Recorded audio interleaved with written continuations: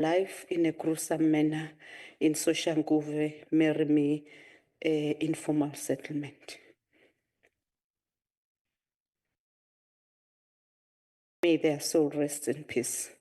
Please be seated.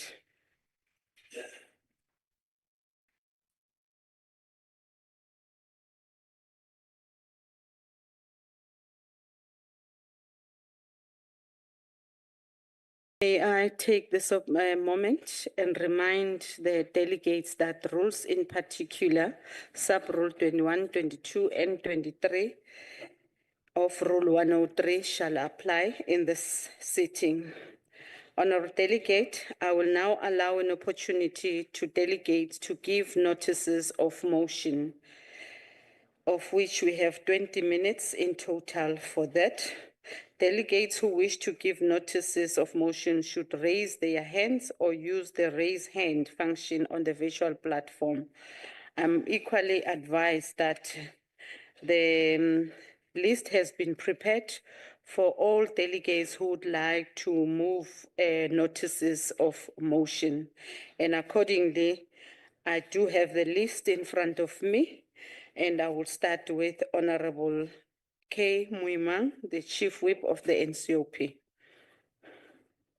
Ke a leboga modulasetulo wa ntlo ya bosetšhaba ya Kaledi province, and also greetings to yourself and honorable members, my colleagues, including also the leadership of the house. Honorable Chairperson, allow me on behalf of the African National Congress to move that the council, that I give notice that in the next council meeting, I shall move that the council debates the state of water infrastructure in South Africa. Two, that the council knows that despite significant strides to expand access to water since 1994, the country's water infrastructure, including pipes, treatment plants, and drainage system, is aging, and in some parts of the country is in disrepair, leading to significant water losses and challenges in providing sufficient water supply, especially to growing urban areas. And the council to further notes that a number of reports indicating that around 40% of municipal water is lost due to leaks and illegal connections, resulting in the loss of and exacerbating the water crisis. I so move, Honorable Chairperson. Thank you very much, Honorable Chief Whip. The motion is noted, and accordingly it will be placed on the ATC. We are now moving to the next speaker, Honorable Siwisa. Thank you, Chair.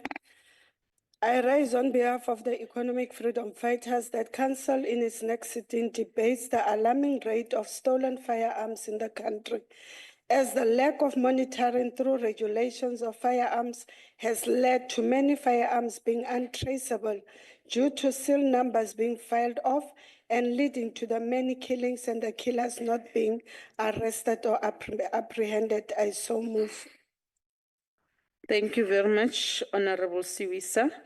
And accordingly, the motion will also be printed and be placed on the order paper. We are now moving to Honorable Peter. Thank you, Honorable Chair. The United Democratic Movement moves that the House on its next sitting discuss the need for improving the distribution of antiretrovirus medication. It proposes a 6-month supply system for adherent HIV and AIDS patients and expanding central chronic medicine and dispensing distribution pickup points to enhance treatment adherence, improve viral suppression, reduce default rates, and ease clinic demands, especially in light of PEPFAR withdrawal. I so move. Thank you very much, Honorable Peters. We have noted the motion, and accordingly it will be put in the next order paper. We are now inviting Honorable Inkosi Nongonyane. The Chair and honorable members, I hereby rise to move on behalf of the African National Congress that the Council at its next sitting debates the arrest and the involvement of police in serious and violent crime. 4 policemen were arrested for armed robbery and hijacking in Gauteng province last week. 11 police officials were arrested last week for different crimes committed. I so move. Thank you, Chair. Enkosi Ndabezitha sizoyifaka nayo isaziso ku-order paper elandelayo. Sikhathini samanje ngizo-invite u-Honorable Chira ukuthi athule umbiko wakhe.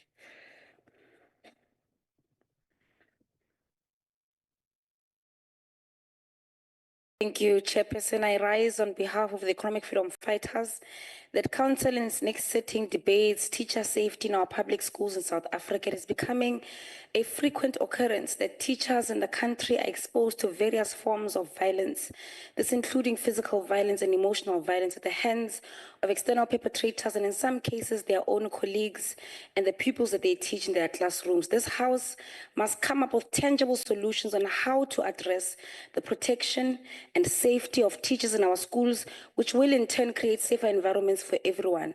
I so move. Thank you very much. We have noted the notice and accordingly it will be put in the next order paper. Honorable Farmer is the next speaker. Thank you, Chairperson. I, however, will not table this notice today. Thank you, Chair. No, thank you very much, Honorable Farmer. The last honorable member on the list is Honorable Mananiso.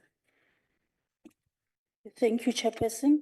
I here give notice that in the next sitting of Council, I shall move that the ANC debates measures to address youth unemployment in South Africa, notes that youth unemployment presents significant challenges, including a skills mismatch, slow economic growth, and the legacy of apartheid.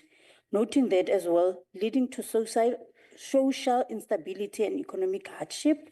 Furthermore, acknowledge that youth unemployment is a multifaceted issue that requires a comprehensive approach to resolve, requiring a rigorous drive, including government, private sector, and civil society, to work together to create an environment where young people can thrive and contribute to the country. So I move. Thank you very much, Honorable Mananiso. We have noted the motion and accordingly it will be placed on the next order paper. That then brings us to the conclusion of the notices of motions, and we will now proceed to the motions without notice. And again, honorable members, we've got 20 minutes for that, and each member will be allocated 1.5 minutes per motion. And I do once again have a speakers list in front of me, which starts off with the Honorable Chief Whip of the NCOP, Honorable Mimang. Thank you, Chairperson of the NCOP. I hereby move without notice that the Council knows that March marks National Water Month, which is intended to educate the public about their responsibility in water conservation initiatives, raising awareness around the need to protect and conserve the country's water resources. Secondly, that the Council knows that Water Month is an expansion of the World Water Day, spearheaded by United Nations on the 22nd March, which focuses its attention on the importance of fresh water and advocating for the sustainable management of freshwater resources as a basis for long-term action involving government across the globe, with an aim to ensure that everyone in the world has access to safer water by 2030. Thirdly, that the Council take note that this opportunity to call on the country's municipalities to improve maintenance and performance of water distribution and performance of water infrastructure by building additional reservoir. Lastly, Chair, that the Council urges citizens, business, and small and medium-sized enterprises to save water by fixing any leaks in their homes and report leaking or broken pipes and infrastructure to the local municipalities. I so move, National Chair. Thank you very much, Honorable Chief Whip of the NCOP. Is there any objections to the motion? The motion is duly adopted. The next speaker is Honorable Kaunda. Thank you, Honorable Chairperson. Honorable members, I hereby move without notice on behalf of the African National Congress that the Council notes with sadness the passing of Mr. Ashwin Trikamji, President of the South African Hindu Mahasabha and Chairperson of the National Religious Leaders Forum, who was laid to rest last week. Also note that Mr. Trikamji was an attorney who served as president of the then Natal Law Society, president of the Association of Law Societies of South Africa, chairperson of African Regional Forum of the International Bar Association, and member of Human Rights Committee of the IBA. Further note that Mr. Trikamji was a Black consciousness activist who also led the Durban Central components of the Natal Indian Congress and was a vice president of the South African Football Association in the Republic of South Africa. Send heartfelt condolences to the family, friends, and associates of this outstanding revolutionary icon of service to our nation who has passed on at the age of 80. I so move, Honorable Chairperson. Thank you very much, Honorable Kaunda. Is there any objections to the motion? The motion is duly adopted, which then takes us to the next speaker, which is Honorable Billy. Thank you, Chair.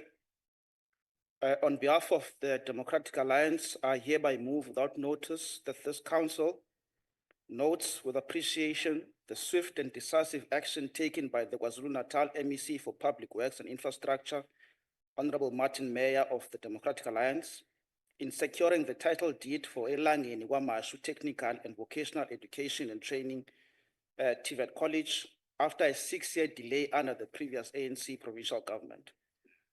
Recognizes that this achievement will now allow the construction to commence, paving the way for improved educational infrastructure and opportunities for the students and community of KwaMashu. Acknowledges the dedication and efficiency demonstrated by MEC Meyer, who resolved this long-standing issue in just 2 weeks, showcasing the DA's commitment to effective governance and service delivery. Congratulates the KwaZulu-Natal Provincial Government of Unity and the DA in particular in KZN for their collaborative efforts in prioritizing the needs of the people and ensuring that critical projects are unblocked for the benefit of all. Commends this achievement as a testament to the DA's commitment of making a tangible difference in the lives of South Africans through accountable and proactive leadership. And lastly, calls on all spheres of government to emulate this example of swift and effective service delivery to address the challenges facing our communities. I so move. Is there any objection to the motion? The motion is duly defeated.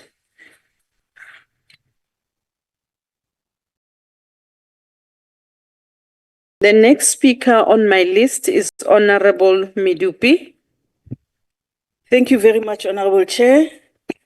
Honorable Chair, I hereby move without notice on behalf of the African National Congress that the Council knows with sense of disgust an attack on community-based patrollers at Merimi informal settlement in Soshanguve, north of Pretoria over the weekend. Also note that the attack resulted in the death of 4 people at the scene and hospitalization of 8 others. 2 people died in hospital, bringing the total number of community patrollers killed in Soshanguve to 6. Further note that preliminary investigation reveals that the victims, who were community-based patrollers, were confronted by 5 individuals on the street around 3 o'clock. A quarrel broke out which escalated in violence, leading to death and injury. The African National Congress call upon the residents of Merimi and surrounding areas to work closely with the police and provide any information that may lead to the identification and arrest of other perpetrators who were involved in this heinous crime. I so move. Thank you, Honorable Midupi. Is there any objection? The motion is adopted. I'm calling upon Honorable Farmer to table his motion without notice. Thank you, Chairperson. Hereby I move on behalf of the Patriotic Alliance that the House notes the achievement of Matthew Peterson. Matthew is the son of Mr. Matthew Peterson, one of the drivers of the shuttle services for Parliament. Matthew is the South African #1 in kickboxing in his age group, who participated in the African Continental Championship in Benoni. Matthew won his age group and became the African #1 kickboxer in his group. He moved now up to become the #6 in the world. Matthew will next have to compete in China on the global stage, and we wish him all the best in keeping South Africa's name high in his sport. I so move. Thank you very much. Any objection? The motion is duly adopted. Deze mens met kos besig is, Nick, jy moet kap. Order, honorable members. Can I now invite Honorable Baines to table her motion without notice? Thank you, Chairperson. I hereby move without notice on behalf of the African National Congress that the House seriously take note of the following.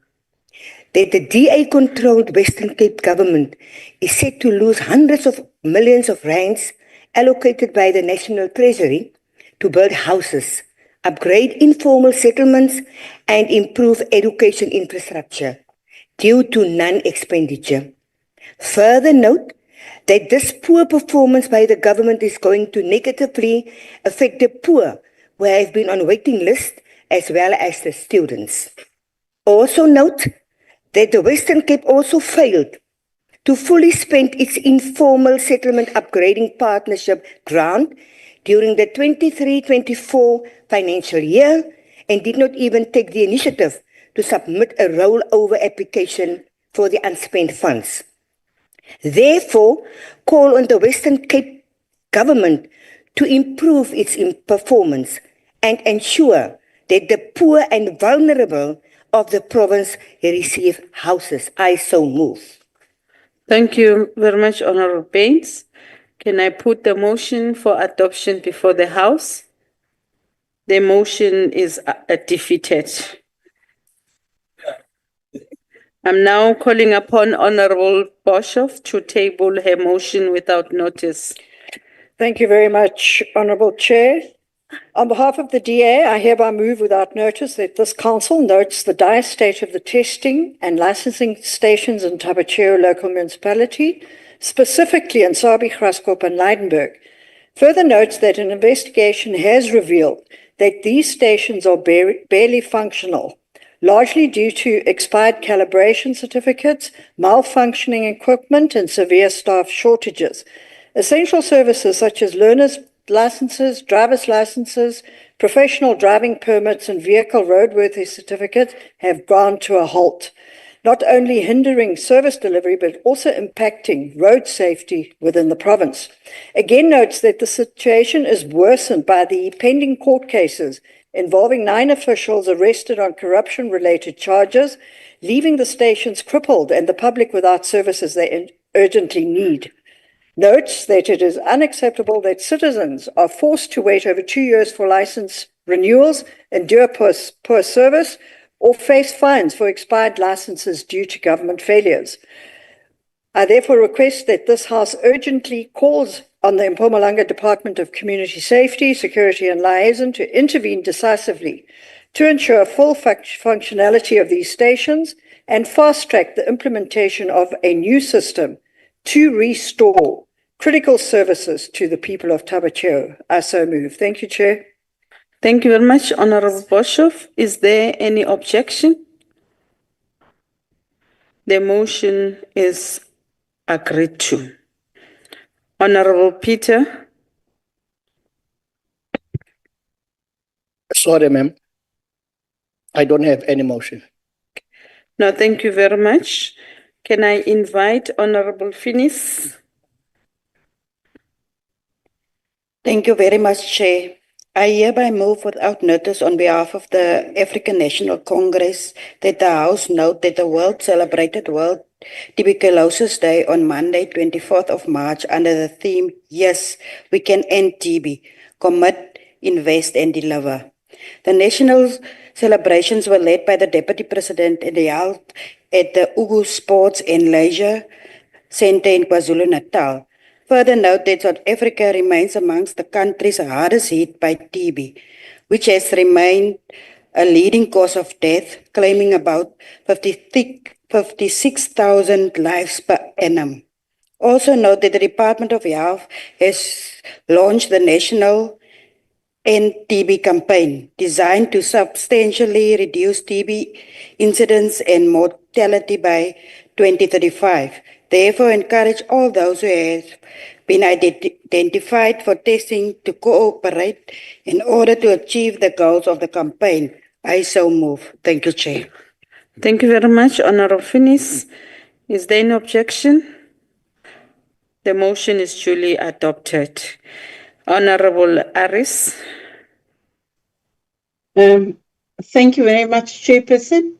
I rise on behalf of the economic freedom fighters that Council notes that hand and mouth disease cases has been reported in educational institutions in eThekwini, KwaZulu-Natal, and Buffalo City Metropolitan Municipality in the Eastern Cape since the beginning of February.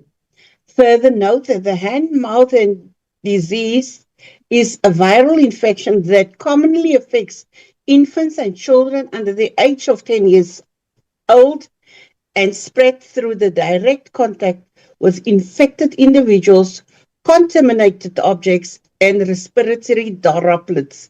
Recognize that outbreaks have been reported in daycare centers and primary schools since the beginning of February 2025. Further, recognize that there has been no guidelines. Acknowledge that there is no specific vaccine or treatment for this hand-mouth food disease. The EFF calls on the Minister of Basic Education and Health to provide clear guidelines and support in place to curb the spread of this viral infection in our schools. I so move. Thank you very much, Honorable Aris. Is there an objection? None. The motion is duly adopted. Honorable Mokweli. Thanks very much, Chair. I hereby move without notice on behalf of the African National Congress that the Council note that Mr. Prudence Kgodiso competed and clinched a gold medal in 800 meters at the World Athletics Indoor Championships, which were held from the 21st to the 23rd March in Nanjing in China. And number two, Chair, also note that Kgodiso, who's from Kabane in Limpopo, the province of Dlodichenchiche, made history by being the first South African female athlete to win the 800 meters World Indoor Championships. Three, we extend its heartfelt congratulations to Tebogo Prudence Kgodiso for securing South African first women's World Indoor gold medal. I so move, Chair. Re a leboga change marobalo. Can I put the motion for adoption? The motion is duly agreed to. I'm now inviting Honorable Farmer. Thank you, Chairperson. Hereby I move on behalf of the Patriotic Alliance that the House notes the achievement of Katie Fortuin, an 11-year-old girl from Citrusdal who, against all odds, broke through her circumstances to participate in the SA Championship in the 70-meter hurdles. Even though a single-parent mother had to beg and struggle to obtain the funds to buy her uniform, she nevertheless participated. She also is a sports star in tennis, rugby, and netball. This house should remember her name, as she is a star of the future. Katie Fortuin, I so move. Thank you very much, Honorable Farmer. Can see you're a sport fanatic. Can I put the motion for adoption? The motion is duly agreed to. Honorable Mukai. Thank you very much, Honorable Honorable Chairperson. On behalf of the Democratic Alliance, I hereby move without notice that this House commends the South African Police Service in the Northern Cape in an effort to combat illegal mining, arrested 11 suspects for various offences, including contravention of the Illicit Mining Act during the past weekend, as part of the multidisciplinary team executing Operation Valum Godi. Notes the suspects were apprehended while engaging in illicit activities at the Samaria and Nataboy mining areas in the Francisbard and Namakwa districts, respectively, while in possession of a variety of mining implements, including generators, extension cords, spades, bags containing suspected diamond-bearing gravel. Further notes, illegal mining is crippling the already ailing South African economy, costing it at least 60 billion rands in 2024. And calls on the South African Police Service in Northern Cape to continue and improve their battle against the scourge in light of the fiscal disaster we find ourselves in. I so move, Chair. Thank you very much, Honorable Mukai. Can I put the motion for adoption before the House? The motion is agreed to. I'm now inviting Honorable Modise. Thank you so much, Chairperson. On behalf of the Mighty African National Congress of President General Oliver Tambo, I hereby move without notice that the Council notes the recurrent burst of a 50-year-old asbestos pipe on Morris Avenue in Randburg in the city of Johannesburg, leading to substantial water loss. Further notes that the 50-year-old asbestos pipe continued to stream gallons of liters of water throughout the weekend, including on World Water Day, which was held on Saturday, March 22nd, 2025. Acknowledges that while the city of Johannesburg grapples with broader water infrastructure challenges, including a 24 billion water backlog, there's an urgent need for all municipalities in the country to prioritize water infrastructure and maintenance. And lastly, calls on the Mayor of City of Johannesburg, Councillor Dada Morero, to move with the utmost urgency and determination to ensure that the City of Johannesburg prioritize water infrastructure maintenance and builds viable system to respond to water leaks. I so move. Thank you very much, Honorable Modise. Is there any objection to the motion? The motion is duly agreed to.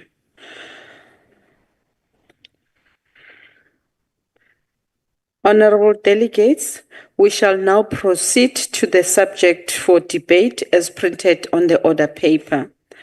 The debate on ensuring the continued existence of Ithala Bank, SOE, as an instrument for equal access to finance, development, and opportunity. And accordingly, I now call upon Honorable Deputy Chairperson of the NCOP, Honorable Governor, to open the debate.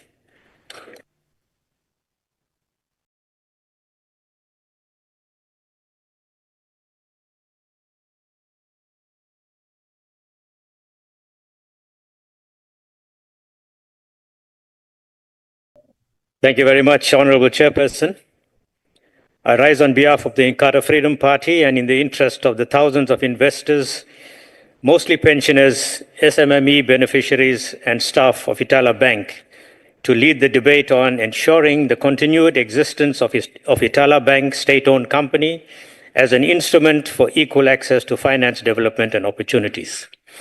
Honorable Chairperson, Honorable House Chairs, Chief Whip, and honorable members of the NCOP. The future existence of Ithala Development Bank is one of the most important decisions we will undertake in South Africa's democratic history, since it will speak directly to securing the future of socio-economic rights for millions of our people.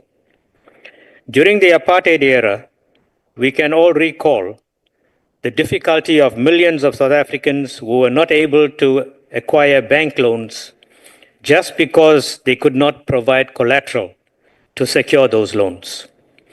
The oppressive and restrictive apartheid laws prevented citizens of color, especially those living in rural areas, from access to financial support and economic security. Apartheid engineered a system of inaccessibility for non-white people. It prevented us from acquiring loans to establish businesses that would put food on our table or allow us to access to prime areas of economic activity, trading, home ownership, or an improved lifestyle. That was when the late Prince Mangosuthu Buthelezi, one of South Africa's most esteemed statesmen, who valued the upliftment of all citizens, decided to establish Ithala Bank as a state-owned company in 1958 to provide for economic participation and access to banking services to the marginalized poor in KwaZulu-Natal. Prince Buthelezi saw that many of the marginalized poor had skills and were prepared to work and establish businesses, but they did not have access to startup capital.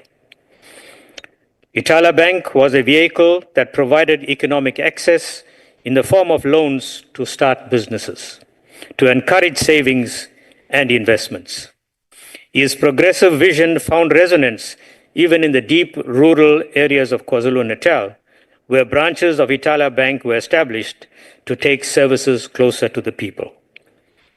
Ithala Bank, developed as an institution to be more than a mere financial entity, it has been a lifeline to thousands of people, particularly the most vulnerable in our society. Many of the successful businesses that exist even today found their origins through Ithala Bank.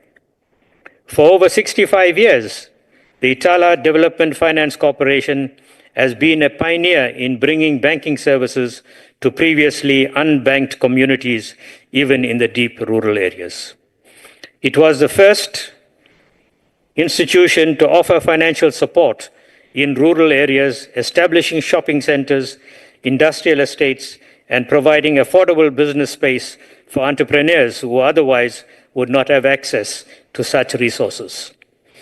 By optimizing its property portfolio, the IDFC has ensured that small businesses and informal traders have access to operate, thereby fostering sustainable local economies. If we allow its closure, we risk plunging many into deeper poverty, reversing hard-won gains in socio-economic transformation, and leaving millions of people without crucial financial support to sustain businesses and livelihoods. The IDFC has played a pivotal role in job creation and economic development in KwaZulu-Natal and South Africa at large. As we have been recently facing an economic decline and job losses in South Africa, in 2023-2024 financial year alone, Ithala Bank created 5,165 jobs through various initiatives, from financing small, medium, and macro enterprises to infrastructure development projects. Through its business finance unit, the IDFC approved 565 loan applications, injecting 415 million rand into the economy to support 418 businesses. Of this, 94% of the funding was allocated to Black-owned businesses, with special focus on youth and women entrepreneurs. The IFP believes that this is not just an economic activity, it is transformation, equity, and opportunity for those who have historically been excluded from financial opportunities. These are not just numbers, Honorable Chairperson. They represent individuals and families who depend on the IDFC to put food on the table daily. As a country, we can ill afford the loss of a single job, let alone the loss of thousands of jobs that will in turn affect thousands of dependents. The activities of Ithala Bank is an enactment of President Cyril Ramaphosa's commitment in his 2025 SONA to empowering Black people, specifically women and persons with disabilities, who have been deliberately excluded from playing a key role in the economy of their own country. In its enactment of the promise to capacitate the youth in accessing funds for entrepreneurial activities and helping government achieve its goal of giving the youth 50% of its businesses as promised in the 2021 Youth Parliament. Honorable Chairperson, I encourage all members here to pause for a moment and reflect on what would happen if the IDFC ceased to exist. 1, there would be a loss of over 5,000 jobs and livelihoods that the IDFC creates each year. 2, small businesses which depend on the IDFC's funding would collapse, leading to further job losses, thereby foregoing any chance of achieving our estimated 3% economic growth and providing relief in the cost of living. 3, there will be increased poverty and economic disparity since the IDFC's focus on Black-owned, youth-owned, and women-owned businesses would be lost, setting back transformation efforts by decades and robbing millions of marginalized people a lifeline to economic inclusion. Rural and township economies, which rely on the IDFC's financial and non-financial support, would struggle to survive. The reality is that Ithala is the only bank in certain townships or rural areas providing the much-needed SASA grant lifeline to many. It provides security of funds by ensuring these vulnerable people can rely on its services. 4, there will be reduced access to affordable financing because without the IDFC, small businesses and cooperatives would find it nearly impossible to secure loans from commercial banks due to stringent requirements and high interest rates. In SONA 2025, President Ramaphosa emphasized the importance of public-private partnerships. It is IFP's view that public-private partnerships should mainly benefit locally owned businesses. Ithala Bank is best positioned to understand the needs of local business initiatives.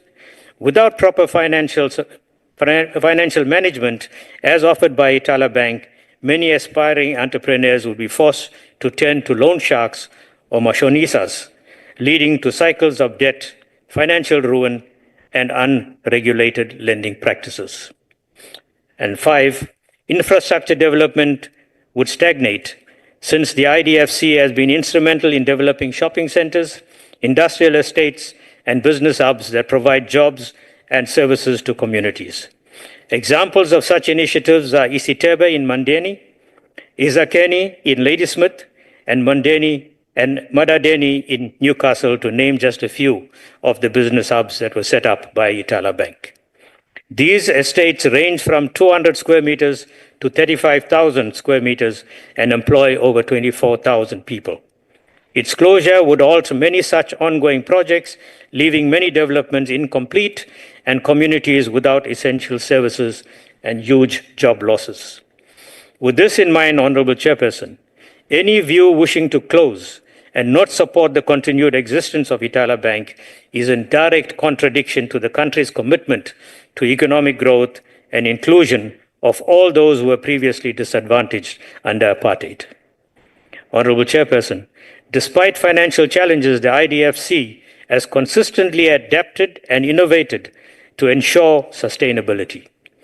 Many people have questioned Ithala Bank's financial position. In its 2023-2024 annual financial report, the entity recorded a net profit of 72 million rand, and its assets exceeded its liabilities by about 5 billion rand.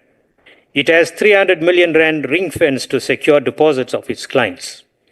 Ithala Bank has not been immune to the country's poor economic trajectory, nor the 2021 civil unrest, which has wreaked havoc on the economy of KwaZulu-Natal, where many of its investments were detrimentally affected. The bank has been bold enough to devise a 5-year strategic plan which laid out key pillars to ensure its future, such as increasing investment strategy partners, optimizing the property portfolio to generate more revenue, expanding support to SMMEs and cooperatives, enhancing access to economic opportunities for the marginalized, ensuring the effective implementation of development projects, and strengthening financial sustainability and operational efficiency. These efforts have already yielded results.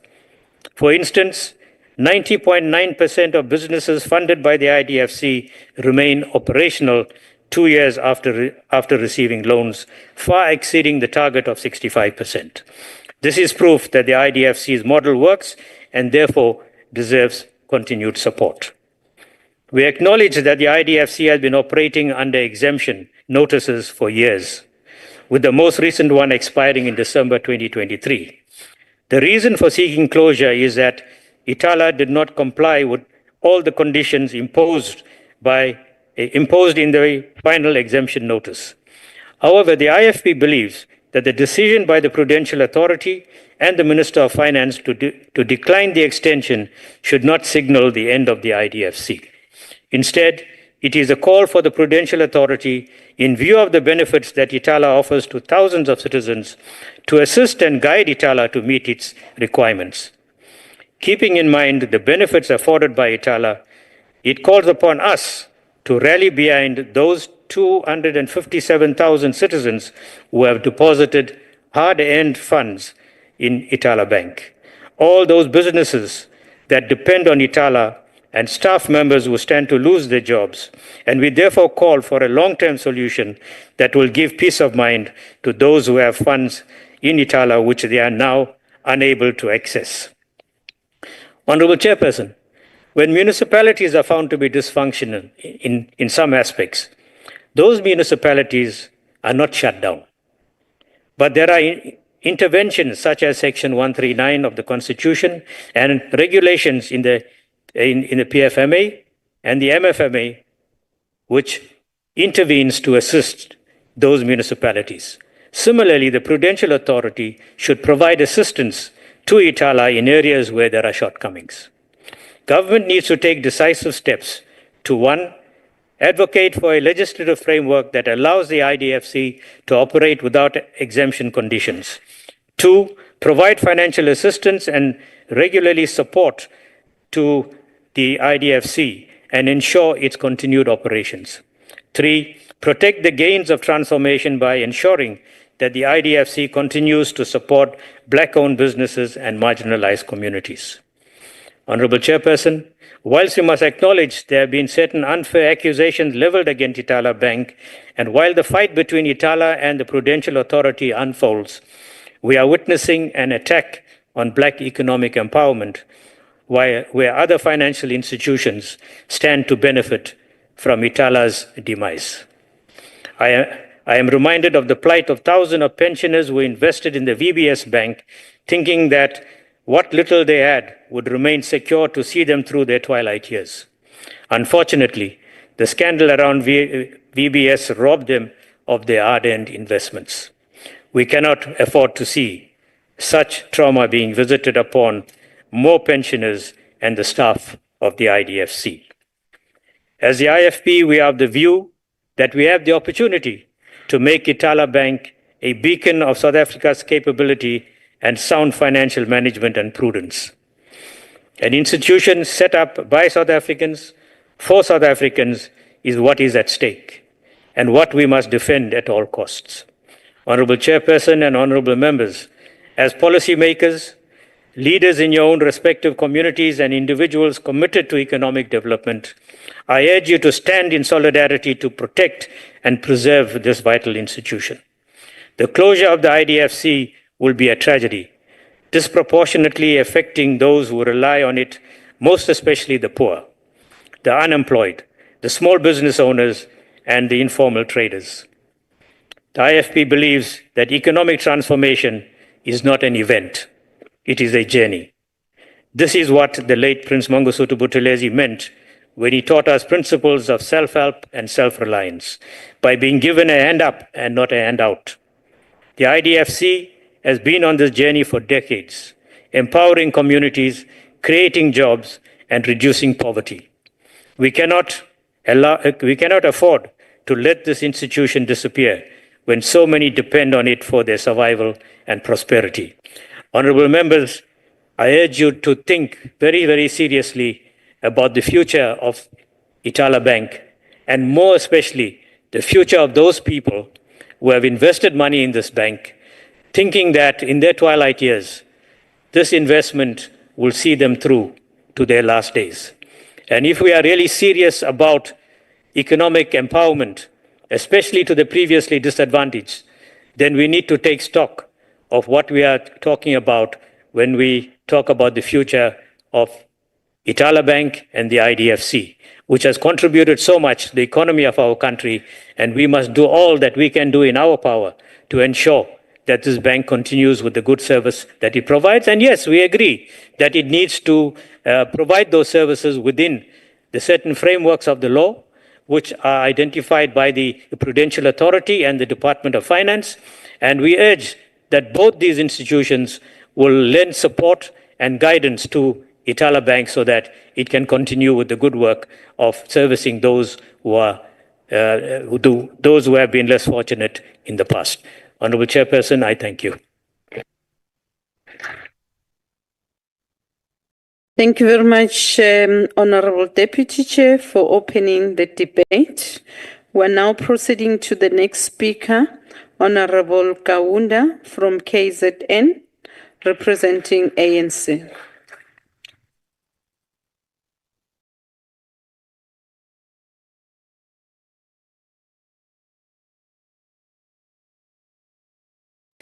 Thank you very much, Honorable Chairperson, Honorable Deputy Chairperson, House Chairs, our Chief Whip, and all honorable members present, and members of the Republic of South Africa. Honorable Chairperson, we partake on this debate with heavy heart to discuss the demise, and we choose not to discuss the demise, but to discuss the future of Ithala SOC.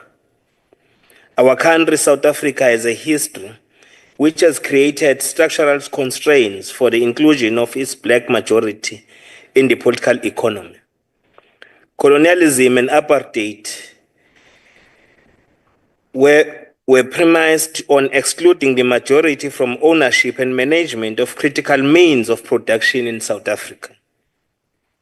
The growth of industrial capitalism has also contributed in embedding a social reproduction system which removed black people from their land and means of production through land dispossession and a taxation system to force black workers to sell labor in the mines and industries. Since its formation, Ithala has broken new grounds in advancing real financial inclusion in KwaZulu-Natal, particularly for the poor and rural dwellers. Njoba sonke sazi ukuthi abantu bakwaZulu-Natal Ithala bekuyithemba labo elikhulu kakhulu ngoba uma ukhuluma ngentuthuko yezomnotho, intuthuko ijwayele ukuhamba ngemigwaqo emikhulu N2 no N3 ingafinyelele endaweni ezisemakhaya lapho abantu bakithi besabhekene khona nomzimo obukhulu kwezomnotho. Ngakho ke Ithala belithwele abantu besifazane, lithwele abantu abasha, lithwele abantu bakithi abahluphekayo imihla namalanga bengazi bazolala bedleni, kodwa ngomzamo yabo emncane Ithala likwazile ukubafukula ukuthi bekwazi ukuphila bephilise nemindeni yabo. Honorable Chairperson, Ithala's roots date back to the establishment of Ithala Development Finance Corporation, IDFC, in 1958, which is now wholly owned by the province of KwaZulu-Natal government. Ithala operates 38 physical branches across KwaZulu-Natal.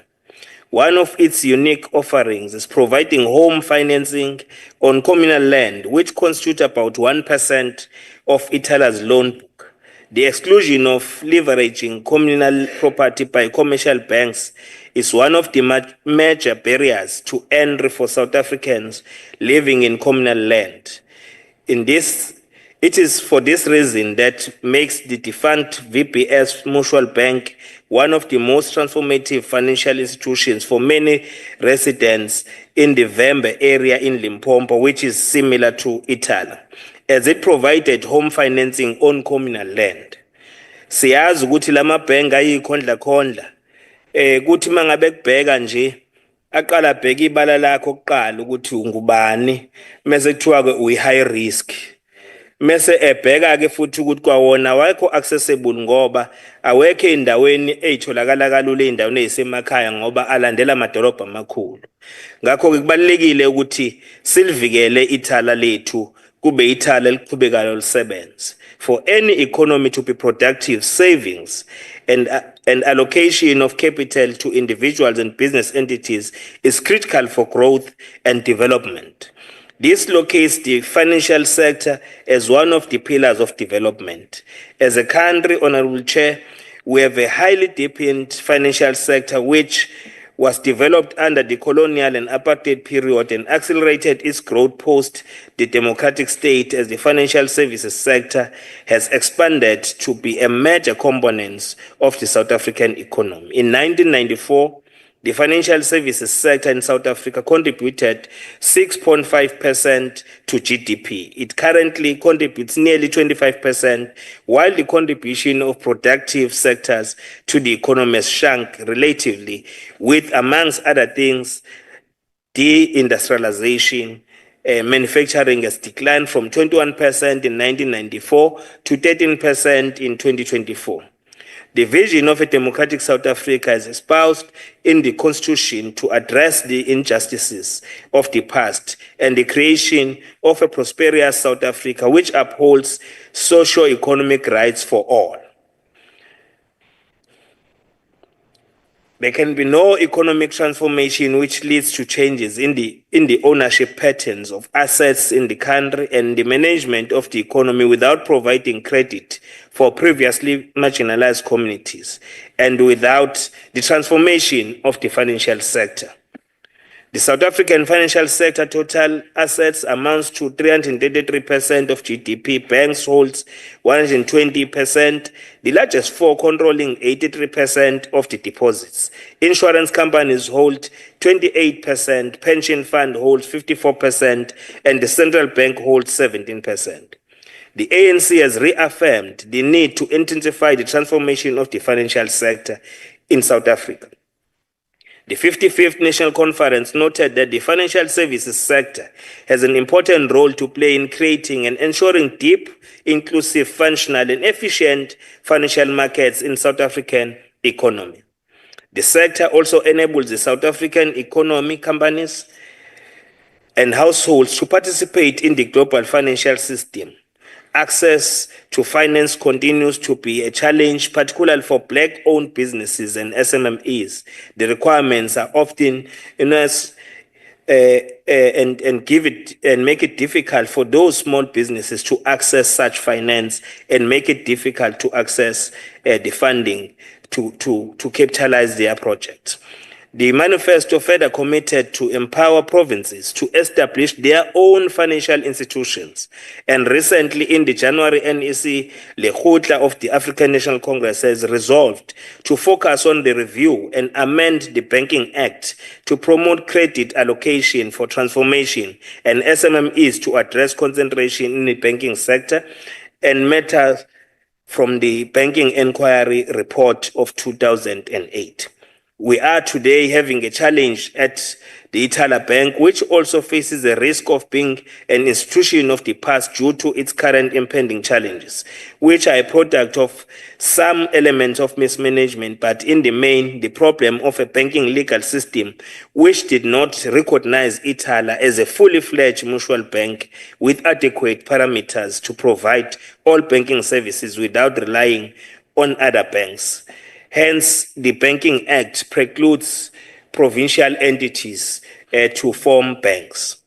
Despite Ithala recently facing profitability challenges with a recent 92 million loss in 2024, the financial institution continues to have relatively sufficient capital adequacy ratio at 14.7% in June 2024, just below 15% requirement, while the liquidity ratio exceeds the 5% requirement.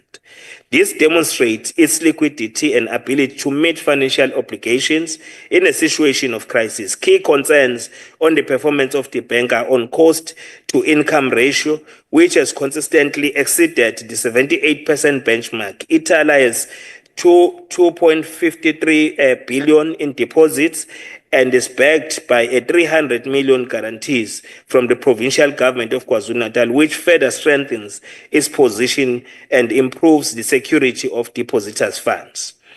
The recent suspension of its financial service provider license by the Financial Sector Conduct Authority due to Ithala's inability to meet the financial soundness requirements sent by FSCA will have a detrimental impact as it cannot take new business. Ithala operates under exemption granted by the Prudential Authority with the approval of the Minister of Finance. We believe that Ithala, the Prudential Authority and the Financial Sector Conduct Authority should prioritize out-of-court settlement on ongoing legal disputes. We recommend that a phased approach be developed to allow Ithala gradually meet the financial soundness requirements, providing adequate time to secure the necessary capital and regularize its operations. We welcome the signing of the SIU proclamation focusing on Ithala, and the intervention should serve as a fact-finding mission to deal with mismanagement, which should in turn enable the bank to avoid liquidation due to improved systems. And we must commend Ithala, Honorable Chairperson, for the improvements that it has put in motion, including the digitization of its own operations, which was as a response of the requirement for it to be formed as a legal bank with full status of operation. When we debate this matter, we should keep in mind that it is the rural dwellers, old and young, and many organizations which utilize Ithala for financial services. Honorable Chairperson, we support the efforts of the bank to litigate the matter, but also call on the National Treasury and regulatory bodies to apply legislation in the context of overall policy objectives, which have enabled the existence of an exemption. As we speak, 72% of the activities have been complied with by Ithala Bank, 19% are work in progress, and 9% are behind, which they must also pick up on. We believe through partnerships and outcome-based cooperation, the bank can comply on all critical areas. Dealing with the national development policy objectives requires a balance which recognizes the contextual conditions of a problem and, most importantly, its negative impact on the people and their institutions and generally livelihood of our communities. We are in the digital age, and we believe various solutions can be developed to protect the bank and also transition the bank to have effective systems which support digital services. They can be accessible for their users. Today, the majority of South Africans have cell phones, and various mechanisms can ease financial inclusion and lower the cost of running the bank. Honorable Chairperson, as I conclude, I would like to conclude my debate by making the following quote from the wisdom of humble, gentle giant and revolutionary icon Mama Charlotte Maxeke, who once said, and I quote, "This work is not for yourselves. Kill that spirit of self and do not live above your people, but live with them. If you can rise, bring someone with you," I close quote. Honorable Chairperson, I therefore call upon the legislators, ourselves, civil servants, government entities, our ministers to respond to this call and make Ithala rise again. I submit.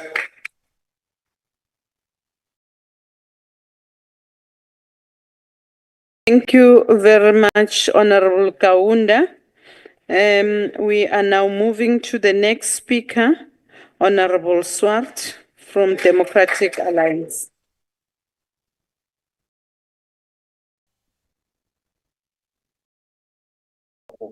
Honourable Chairperson, honourable members and fellow South Africans. Goeiemiddag, good afternoon. Molweni. Let me start by saying thank you to our friends, the Inkatha Freedom Party for bringing this very important debate to this House today. Inkatha Ithala Bank is not merely a financial institution. It carries deep historical meaning and has played a significant role in supporting those excluded from traditional banking systems. We recognize the IFP's long-standing commitment to empowering the people of KwaZulu-Natal through accessible development finance. As the Democratic Alliance, we share this vision of an inclusive financial system that serves township and rural communities. We support the existence of a strong, sustainable development finance institution, but we must also be honest and very firm. We cannot support the continued misuse of taxpayers' money on entities that are poorly managed, politically compromised, and financially unstable. Honourable members, for years, Ithala has failed to meet the minimum requirements set by the Prudential Authority. The final exemption that allowed this bank to accept public money depositors expired in December 2023 already. And yet, this state-owned institution continued operating, placing public funds at serious risk. This led to the appointment of a repayment administrator, something usually reserved for criminal schemes like Ponzi operations. Let this sink in, Honourable Chair, members and fellow South Africans. A state-owned institution had measures put in place that are reserved for dealing with Ponzi schemes. That's an illegal operation. Placing the money of pensioners, grant recipients, and small businesses in jeopardy. Ithala Bank's services to rural communities are far-reaching in comparison to other commercial banks, and therefore critical. However, these practices are not transformative, but gross financial negligence. The DA is not against Ithala's purpose, but we are against its performance and mismanagement. This same institution owed nearly 6 million in unpaid municipal bills to the eThekwini municipality in 2022. These were debts on commercial properties that house tenants who were literally left in dark when power was disconnected due to non-payment. In July 2023, the same story repeated itself. Ithala's North Meat Industrial Park, home over 45 small businesses, had its electricity cut of due to non-payment, nearly 1 million rand in arrears. The question comes up, how can a state-owned institution created to support entrepreneurs ends up destroying their livelihoods? Chairperson, the DA in KwaZulu-Natal, including our provincial leader, our finance and SCOPA teams have stood outside the Pietermaritzburg High Court not to protect mismanagement, but to protect the ordinary people who still believe in Ithala's promise. We have called for the incorporation of Ithala into a licensed partner bank to safeguard depositors and restore functionality. We believe Ithala can still serve a vital purpose, but it must do so with professional, independent and apolitical leadership, strict compliance with the Reserve Bank and Prudential Authority regulations, a national solution that avoids burdening the provincial fiscus and punishing poor communities further.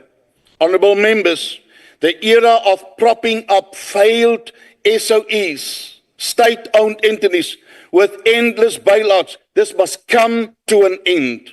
The ANC governance record of state-owned entities speaks for itself. There's Eskom, Transport, SAA, PRASA, Denel, Post of, you name it, and I'll shame it. and now Ithala Bank. For many years, the state's milking cows, and now after 30 years of mismanagement and corruption, all stand as ANC failures. We are in favor of Ithala's mission, but we will not support its mismanagement. These institutions collapse not because of the mandates, but because of political interference, cadre deployment, and the refusal to enforce consequences management. If Ithala is to be saved, it must be saved the right way. It is time to end the culture of state failure masked as empowerment.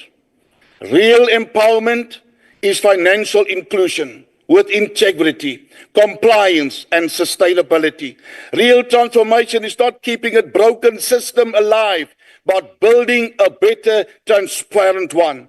Let us not throw the baby out with the legal bathwater, but let us also not stop pretending that the baby isn't drowning in mismanagement, and let us not continue to bath this baby in the same dirty water. Once again, thank you very much, IFP, for raising this debate. We agree that South Africans deserve access to development finance, but they also deserve institutions that can be trusted, knowing their money is readily available to them. Let us fight for dignity, not dependency. Let us demand reform, not rescue missions. And let us commit to building a South Africa where rural communities are no longer afterthoughts, but central to our economic vision. I'm dreaming of that new South Africa. I thank you. Baie dankie.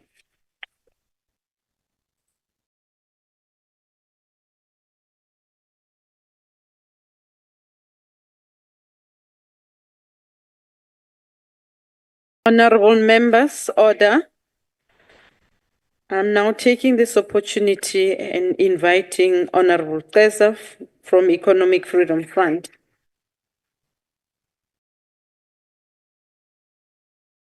Kanjani? Chairperson of the NCOP, honorable members, greetings to you.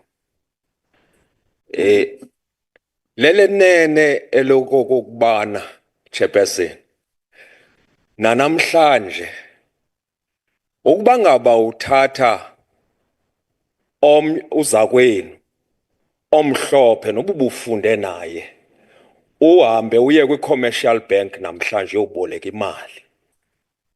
Ozawuphuma phambili enkqenkqeza ngulo mhlophe. Ngenxa kaloku yento okubana yena unezinto ahamba nazo, and therefore i-dignity iza nezo zinto ahamba nazo. Thina ke asinanto esandleni, size kanye nkosi, akukho nto sinayo. Sijajwa ke ngaloo nto kweli lizwe, ukusukela kwi-apartheid uzowuthi xhaxhe ngoku. Chairperson, when Ithala Bank was first established in 1958 in KwaZulu-Natal, it was established as a state-owned bank mandated to assist government in promoting economic development and for the empowerment of black people in that province. During the time and the difficult time, Chairperson, when the apartheid government marginalized them. Ithala Bank was throughout the years also intended to be an example of how capable black people can be at running a fully fledged bank.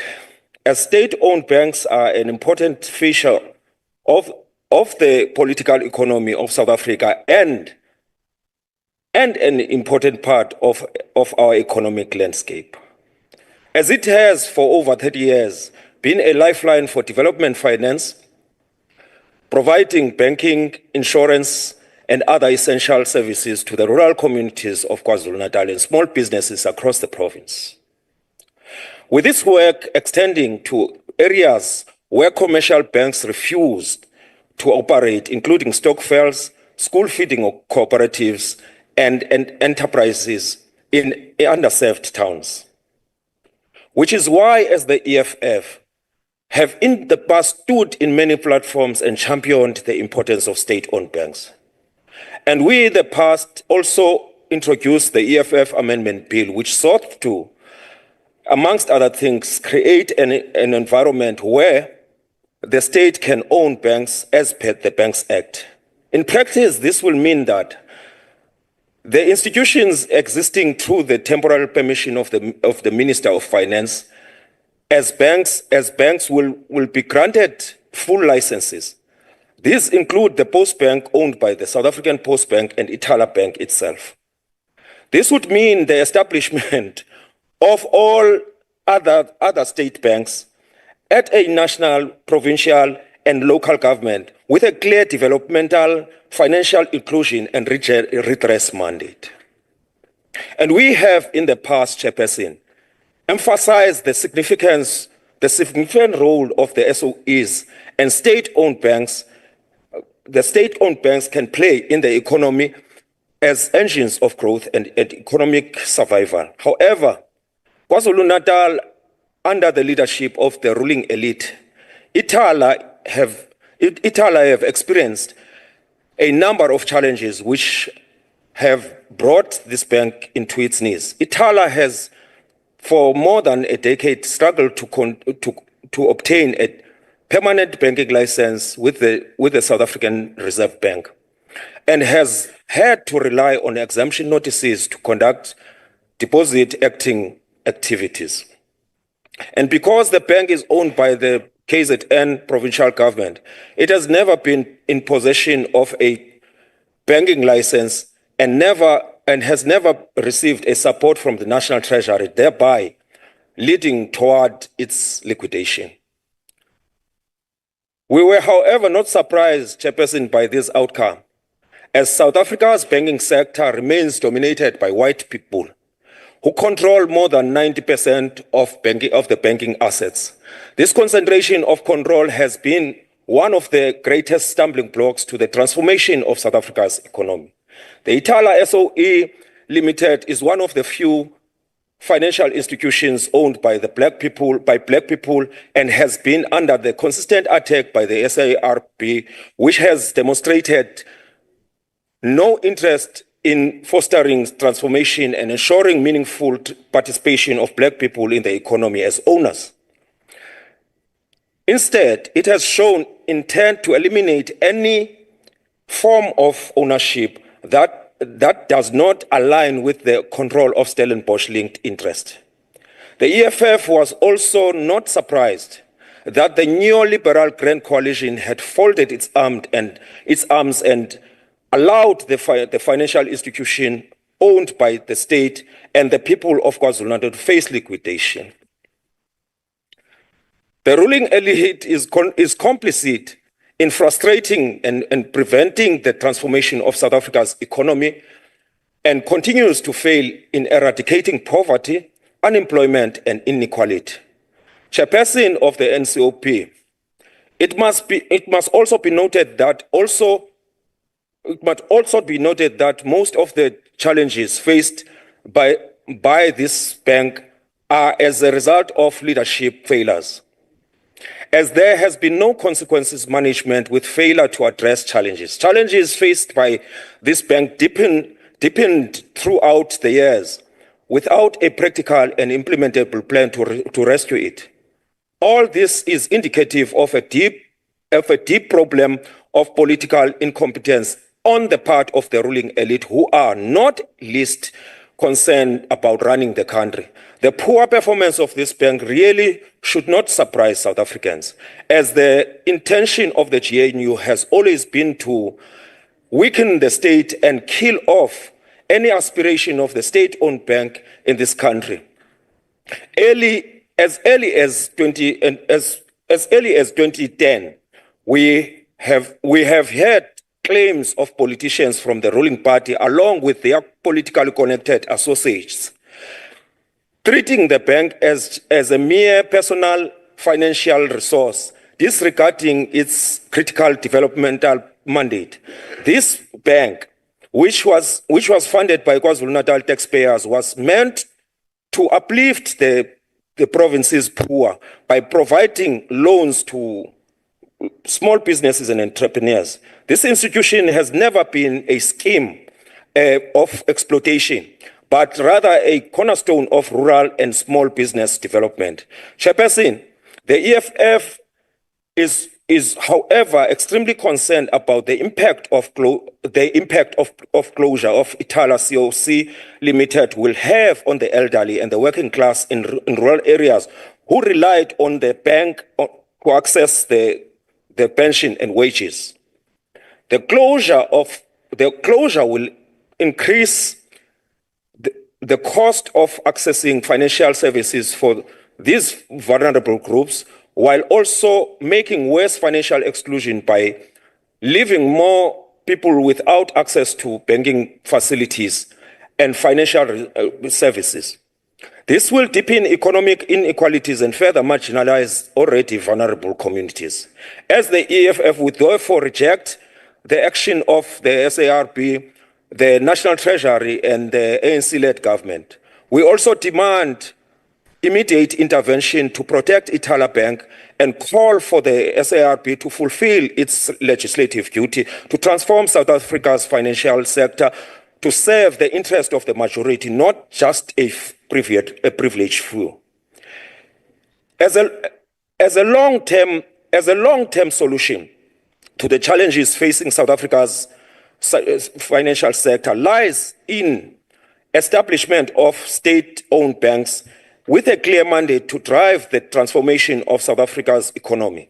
These banks must prioritize the allocation of capital toward investments in productive sectors that create jobs, stimulate industrialization, and promote inclusive economic growth. Additionally, state-owned banks should also address the socio-economic challenges confronting South Africa, including financial exclusion, poverty, and inequality, by ensuring access to affordable financial services for marginalized communities. By operating with the developmental agenda, state-owned banks can play a pivotal role in building an equitable and resilient economy that serves the interest of the majority.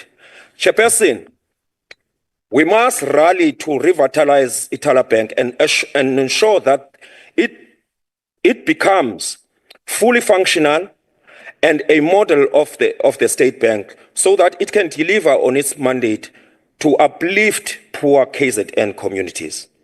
The attack on Ithala's operations threatens not only its survival, but also livelihoods of thousands who depend on its services.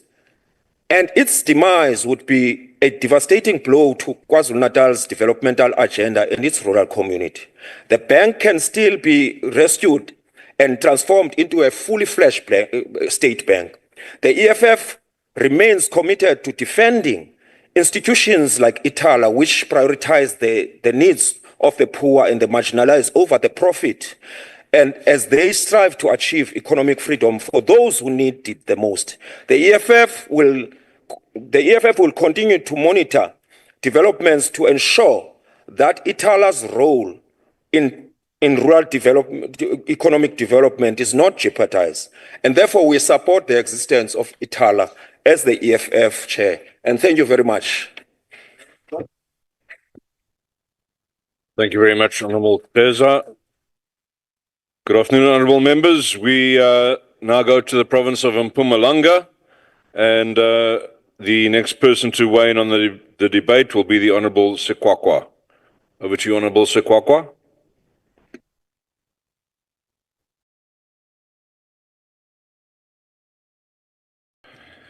Honourable member, are you online? Yes, I'm online, Chair. Thank you. Please proceed. You have 10 minutes. I'm sure the table will assist you with the timing on the screen. Thank you. Thank you very much, Chair.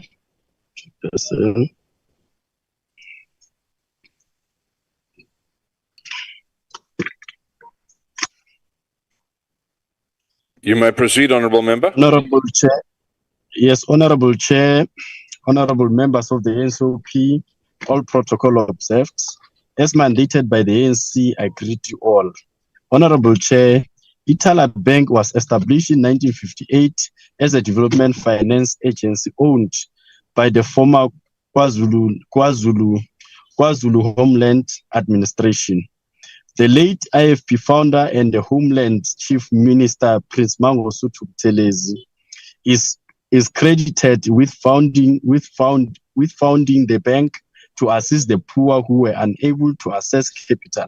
Indeed, this was a good gesture coming from one of the best leaders. Honorable Chair, the theme for this debate is straightforward: ensuring the continued existence of Ithala Bank SOC as an instrument for equal access to finance, development, and opportunity. The main objectives of establishing Ithala Bank by the KwaZulu-Natal government was to give financial freedom to unbanked communities, financially empower small businesses, and providing banking services to the rural and underserved areas in KwaZulu-Natal. We have noted with concern that South African Reserve Bank's Prudential Authority has applied to KwaZulu-Natal Division of the High Court in Pietermaritzburg for the provisional liquidation of Development Finance Agency Ithala SOC after a repayment administrator established that it is a technically and legally insolvent. Honorable Chair, the future of Ingwavuma community in Northern KwaZulu-Natal hangs in balance, as Ithala is the only bank in the community and the livelihood of Ingwavuma town under the Jozini municipality. Honorable Chair, it is heartbreaking that money for Stokvels, funerals, clubs, and cooperative is now trapped in the bank, with depositors of those funds unable to access them. The customers should at least have been informed that they must move their money to other banks. The area now faces economic uncertainty. We call upon our government to work together with the relevant stakeholders and assist our frustrated communities as they feel like they have been robbed of their hard-earned money. Honorable Chair, the ANC is worrisome that by liquidating the bank, we might see the repeat of the VPS saga, which saw a lot of people, especially the elderly, losing their savings. If it has been proven that there has been financially mismanagement, the ANC calls for the full might of the law to prosecute and jail all those prosecutors. We call upon the Reserve Bank, National and Provincial Treasury, and other relevant stakeholders to come up with a turnaround strategy to salvage the bank. The bank was established to act as the government agent for performing and development. Ithala was the only bank in the community, and without it, the town might die. Most of the people depend on the bank for the payment of their social grants. Honorable Chair, the taxi industry in the province of KwaZulu-Natal is huge. If amongst the strategies to save the bank, we might need to strengthen the relationship between the industry and Ithala Bank for financial assistance.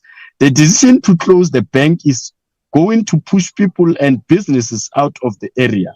Our people will have to travel to Jozini to access a bank, which means the shops in Ingwavuma will go out of businesses soon. Honorable Chair, the ANC would like to echo the call by His Majesty King Mangosuthu Buthelezi that the bank must be saved for the benefits of the poor communities facing abject poverty. We further call on government to appoint a dedicated team of financial experts with proven track records and not tainted to administer the affairs of Ithala Bank. I thank you, Honorable Chair. Thank you very much indeed, Honorable Sekwakwa.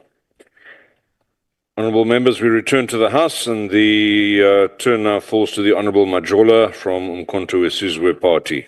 Honorable Majola.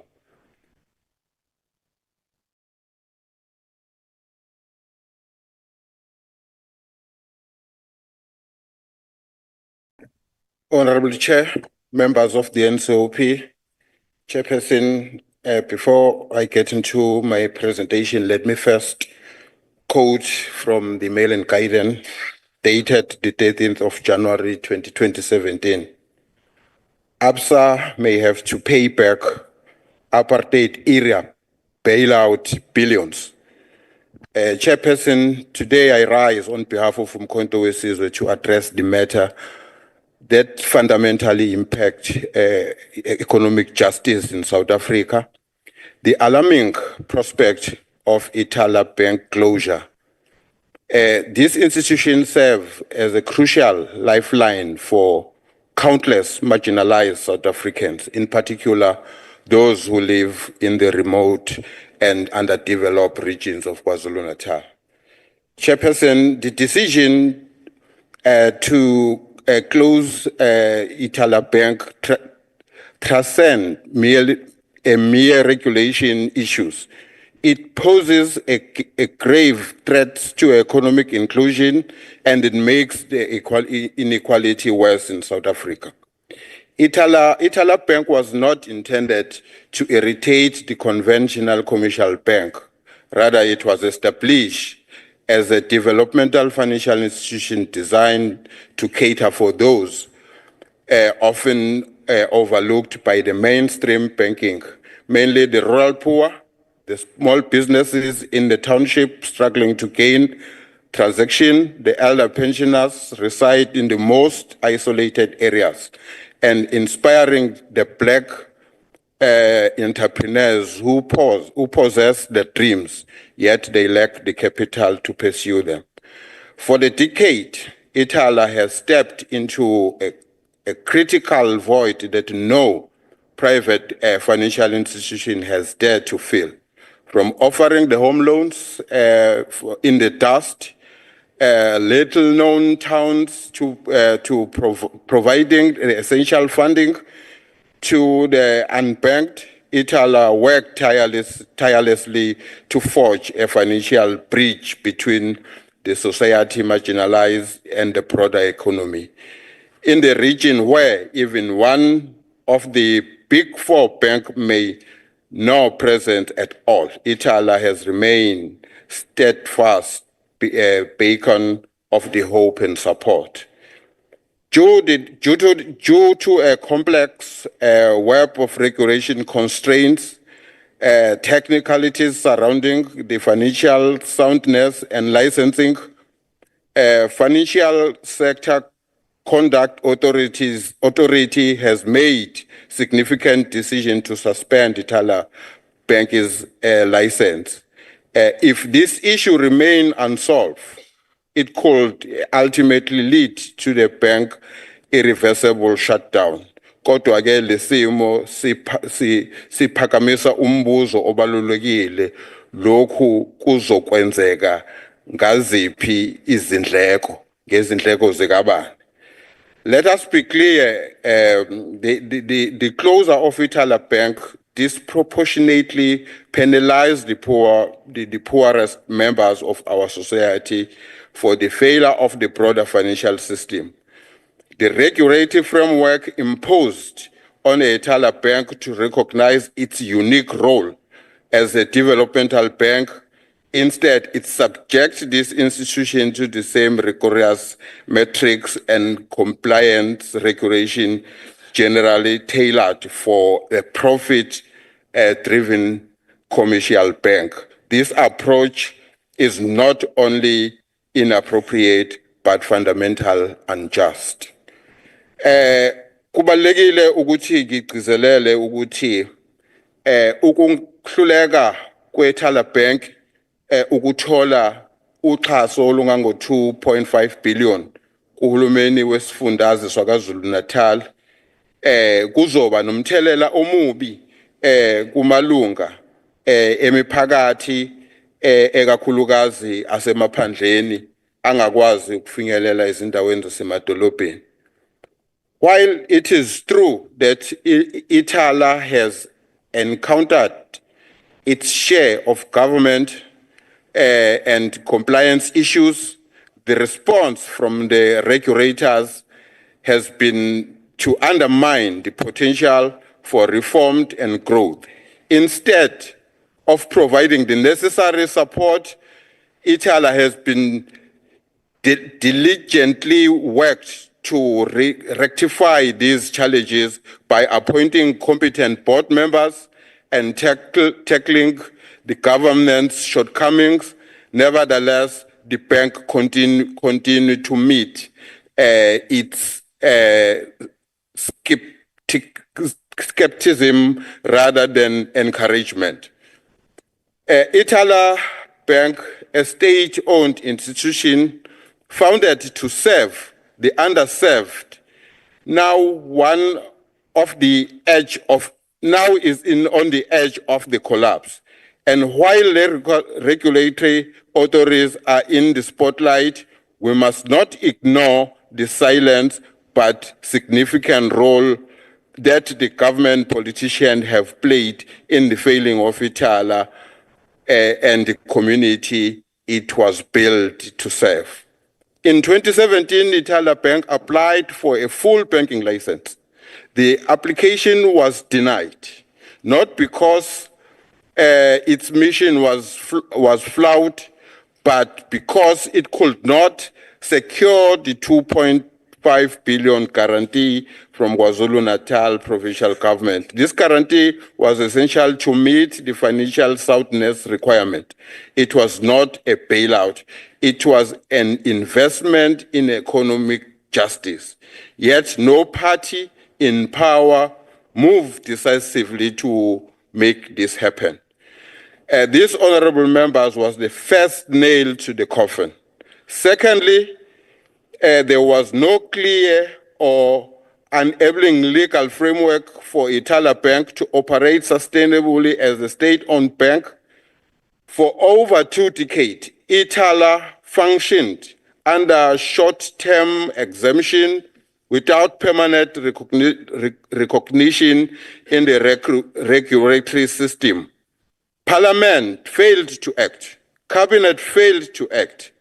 The result, the public bank to play rules designed for a profit-driven private institution while carrying the burden of developmental mandate. That, where was the support for the governance and compliance, when the Prudential Authority raised concern about Ithala's board compositions and internal risk structures, they should have been political agents to intervene, guide, and correct, but instead silence. No action plan, no material task team, no fast-track reform. And yet, when the FSCA suspended Ithala license in July 2024, everybody acted surprised. That is true. This crisis was in the making. Some parties have come here and made grandstanding in defense of Ithala. They speak of a transformation, of claiming the economy, of resistance, private sector,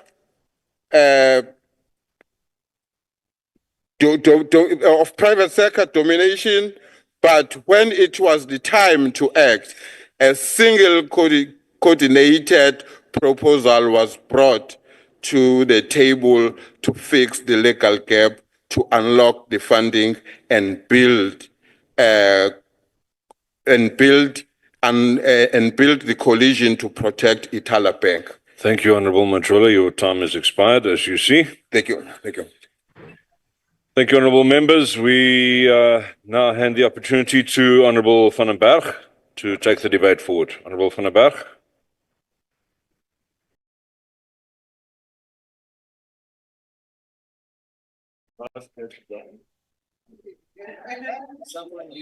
This fancy dog.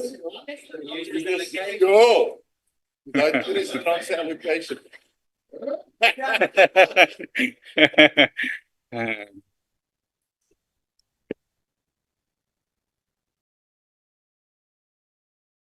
Proceed, honorable member. In preparation for this debate, my first thought was, is this another VBS bank problem? Serving in the Select Committee for Economic Development and Trade, one tends to be skeptical towards initiatives involving money, as there tends to be more failures than successes. And no, Ithala is not another VBS. The Auditor General of South Africa issued a clean audit report for Ithala for the year ending March 2024, but with serious reservations regarding its level of solvency. Ithala offers business, personal, and affordable housing loans, also investment products. Thus, we have to look at what's happening elsewhere in this economic space to understand Ithala. As part of the backdrop to the loans and funding sector, we find the Small Enterprise Finance Agency, SEFA, the National Empowerment Fund, NEF, the Industrial Development Fund, IDC, the Innovation Hub, the ESD, the National Youth Development Agency, NIDA, and the Department of Small Business Development, to name but a few. It seems almost too easy to get money in South Africa. But due to discriminatory race-based legislation, only if you are black. Most of these institutions, however, are reporting huge losses due to defaulting on repayments of loans and incentives. Not only does this loss remove the seed funding from the money pool and therefore takes away an opportunity for the next hopeful recipient to receive, it also does not contribute to macroeconomic and employment growth opportunities as the money is gone and not economically active and multiplying. The tendency then is to view Ithala Development Finance Corporation in the same light or maybe dark shadow as the other institutions. We have to therefore make sure that Ithala is able to add value to South Africa, or at least then KwaZulu-Natal, by reaching our economic goals like increasing job opportunities. And Ithala has done some success stories in the past. However, as the Freedom Front Plus, we are of the opinion that legislation regulating financial institutions is definitely part of good governance. Given the poor state this economic sector is in, there should be no exceptions to this rule. Therefore, Ithala Finance Development Corporation should comply or close. I am reminded of the words of Henry Kissinger. Who controls money, control the world. However, the book of Proverbs, chapter 22, says that the wealthy rule over the poor, and anyone who borrows is a slave to the lender. Another one of Kissinger's corrupt politicians corrupt politicians make the other 10% look bad. At the NCOP, let us be the good 10%. I thank you. Thank you, Honourable van der Berg. Indeed. Honourable members, we now go back to KwaZulu-Natal, where the MEC for Economic Development, Tourism and Environmental Affairs, the Honourable Zondi, will take the debate forward. Honourable Zondi.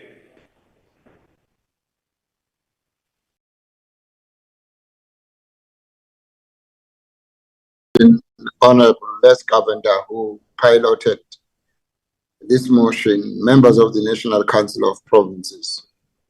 I welcome the opportunity to contribute to this timely and crucial debate on ensuring the continued existence of Ithala Soc Limited, not only as a financial institution, but as an instrument of transformation, empowerment, and inclusive development. Ithala is not just a bank. It is a symbol of hope for the people of KwaZulu-Natal, particularly the rural poor, the township entrepreneur, the informal trader, the pensioner, and the SASSA recipient who cannot afford to be excluded from the financial services because they live far from urban centers. Ithala has been the financial heartbeat of these communities for decades. Honorable members, In 2001, Ithala was split from the Ithala Development Finance Corporation and has since been operating under exemptions from the Banks Act. Its very existence under constant regulatory scrutiny has been a balancing act between compliance and its developmental mandate. It is unfortunate that Ithala's banking exemption expired in 2023 in December. This lapse, coupled with the FSCA suspension of its FSP license, has disrupted operations, caused a sharp revenue decline, halted lending and new deposits, and placed jobs and service provisions at risk. Even more worrying, Honorable Chairperson, the repayment administrator's restrictive role has further suffocated Ithala's ability to operate, thus halting payments to SMMEs, service providers, Izinduna, and even land claimants. Let me be very clear. The closure or possible or imminent liquidation of Ithala would not just mean the loss of jobs. It would result in a financial disaster for communities that have no alternative service provider. It would endanger over 2.5 billion rand in deposits, mostly from low-income individuals and cooperatives. It would compromise access to housing, vehicles, and business finance in areas commercial banks choose to ignore. Honorable members, the vision of Ithala has always been aligned with our national agenda, which is financial inclusion, economic redress, and building a capable developmental state. Ithala has over 200 years of cumulative banking experience on its executive team. It has recorded over 11 million rand in commission revenue from its insurance products in the last 3 years and holds a diversified loan book, 99% of which is secured. Despite the challenges, Ithala continues to serve. It has partnered with the International Women's Forum to train women's leaders. It has offered IT skills development and youth banking learnerships through BankSita. It has continued to operate under immense regulatory strain with unqualified audits and strong risk management frameworks. Honorable members, this is not a poorly run institution. This is an institution caught in a regulatory gap, a gap that Parliament can help close. The Financial Matters Amendment Act of 2019, as it stands, excludes provincial entities from being licensed banks. Yet, Parliament's own records show there was an intention to allow Ithala to continue operating under exemptions pending further deliberations. What is therefore needed now is not only regulatory certainty, but legislative intervention.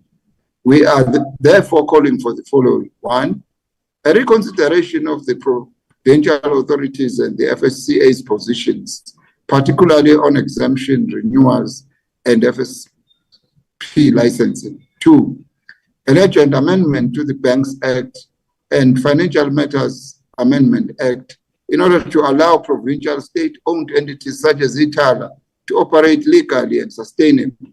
3, that Parliament should summon the repayment administrator and the prudential authority to explain actions that have crippled Ithala's operations and led to prejudice against depositors and service providers. 4, support for alternative models such as strategic alliances or mutual bank conversions that preserve Ithala's developmental mandate while meeting regulatory standards. Chairperson, if we are truly committed to transforming the financial sector, to empowering our people, and to dismantling the geographic and racial inequalities of access to finance, then we must defend and preserve institutions like Ithala. Let us not allow a regulatory technicality to undo the transformative work of decades.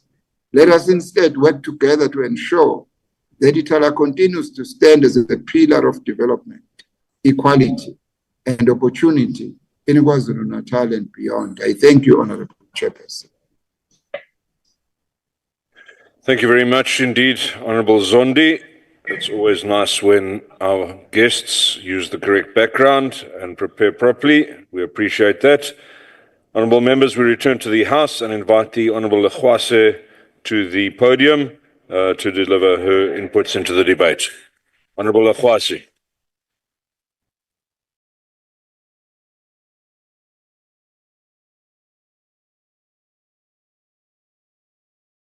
Honorable Chairperson of the NCOP, Honorable delegates to the NCOP, esteemed guests, fellow South Africans, Chairperson of the session, good day. I stand before you to address a critical issue that goes beyond economics. It speaks to the heart of our fight for equality and social justice in an era where access to finance remains a barrier for many South Africans. I'm here to advocate for the continued existence of Ithala Bank SOC, a vital institution in our landscape that champions economic empowerment, fosters development, and uplifts communities. Ever since the establishment of Ithala Development Finance Corporation, the financial institution has been a key driver of economic growth and empowerment in the KZN, KwaZulu-Natal. As a financial institution, it has been at the forefront of supporting small, medium, and micro enterprises, extending financial services to previously underserved populations, and enhancing infrastructure development in rural areas. The Ithala Development Finance Corporation has partnered with a private sector in order to develop and improve conditions of access to capital for the previously disadvantaged individuals in KZN. Currently, Ithala Bank serves over 61,000 South African social security agencies, well known as SASSA social grant beneficiaries, and the suspension will prevent new beneficiaries from using the bank to access their grants. Honorable Chairperson, Ithala Bank was established with a clear mandate to provide financial services to those who have historically been marginalized and underserved by conventional banking. As we reflect on our legacy and the aspirations of our people, we must ask ourselves, what does economic freedom mean if it is not accompanied by equal access to financial resources? Nobel laureate Joseph stated, and I quote, "Financial markets are supposed to be different from other markets. They are supposed to be a vehicle for the efficient allocation of resources," close quote. However, the reality for many South Africans tells a different story. For countless individuals and small businesses, traditional banking remains inaccessible due to high barriers. Ithala Bank addresses this gap, positioning itself as a beacon of hope and opportunity to many. Honorable members, through a wide range of tailored financial products, Ithala Bank empowers individuals, small businesses, and communities. Small businesses are the backbone of our economy, and it requires support to thrive. As our beloved struggle icon Nelson Mandela once said, "It seems impossible until it is done." When we enable access to finance, we dismantle the barriers that restrict personal and economic freedom, making the impossible possible for many.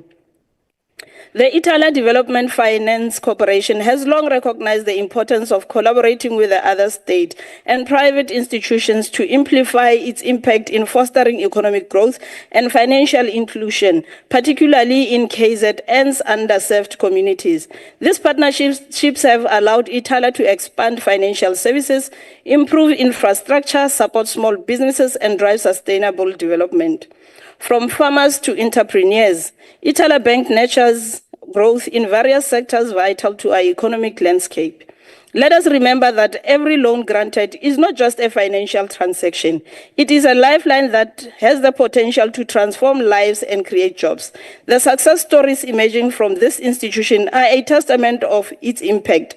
Men and women who have turned their dreams into reality, contributing not only to their households, but to our nation's economy. Honorable members, another notable example of such collaboration and support is Ithala Development Finance Corporation partnership with Ngutu. local municipality.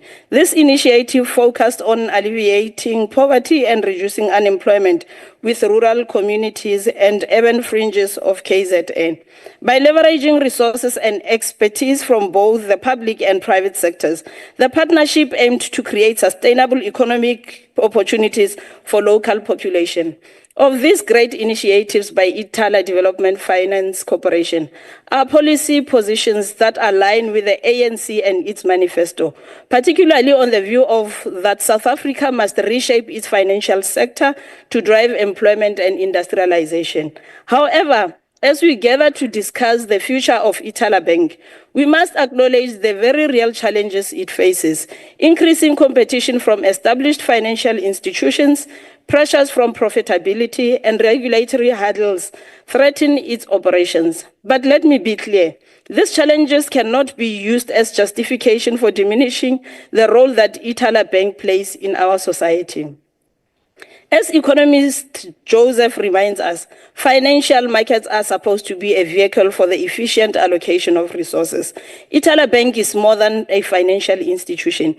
It is a network of trust and support that fosters social capital in communities that desperately need it. So, what does the future hold for Ithala Bank? To secure its existence, we must rally together as government, financial sector stakeholders, civil society, and private sector. We must collaborate to ensure that this institution remains a cornerstone of our financial landscape. This debate is not merely an academic exercise. It is a call for action. We must explore innovative policy initiatives to enhance the bank's operational capacity, outreach, and sustainability. I encourage all of you to consider the importance of our collective responsibility. The success of Ithala Bank is tied directly to our commitment to build an inclusive economy. It reflects our dedication to policies that prioritize people over profit, over competition. As I conclude, Chairperson, let us remember that the existence of Ithala Bank SOC is not just about maintaining a financial entity. It is about preserving a tool for empowerment, development, and opportunity for all South Africans. Together, we can continue to champion the ideals of economic justice and equality. This transformation should ensure diversified ownership and control across public, private, and social sectors, while promoting affordable credit, investment in the industrialization, infrastructure, and job creation. Additionally, it should enhance financial inclusion and prioritize domestic investment. Achieving the goal requires a collective effort from the government, financial institutions, civil society, and local communities. Ithala's engagement in public-private partnerships has been central to its mission of fostering economic development in KwaZulu-Natal. As I close, Chairperson, I urge each and every one of you to support this vital institution. Let us shape a future where financial services are accessible to everyone, ensuring that South Africans can pursue their ambitions and achieve their dreams. As we undertake this mission, we will fulfill the promise of our liberation struggle, a promise that every citizen, regardless of their background, has the right to equal access of prosperity. I thank you.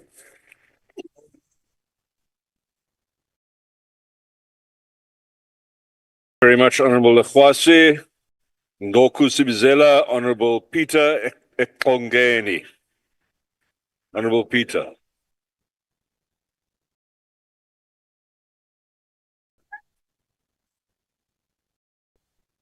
Honorable Chair of the House, honorable members of this House, Indian bodies, Molweni. IUDM iphakamela ukuthi hayi. IUDM iphakamela ukuthi no.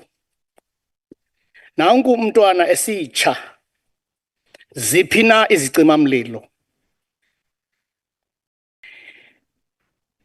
Ndiphakamela ukuma entungo ndikhonye nditsho ndithi. Zemke inkwala inkomo magwalandini. Yalala inkomo isengwa. Ziphina inkcubabuchopho zokuhlangula. Nanku umntwana esimka nomlambo abantu bejongile. I-UDM ime ngawo omane isitsho isithi nakanye mawethu asinakubukela usana lusimka nomlambo sijongile. I-UDM ihlaba ikhwelo kuwe rhulumente isithi hlangula hlangula. Baphi na o-African Bank ababelawulwa ngo-NAFCOC? Baphi na o-VBS namhlanje?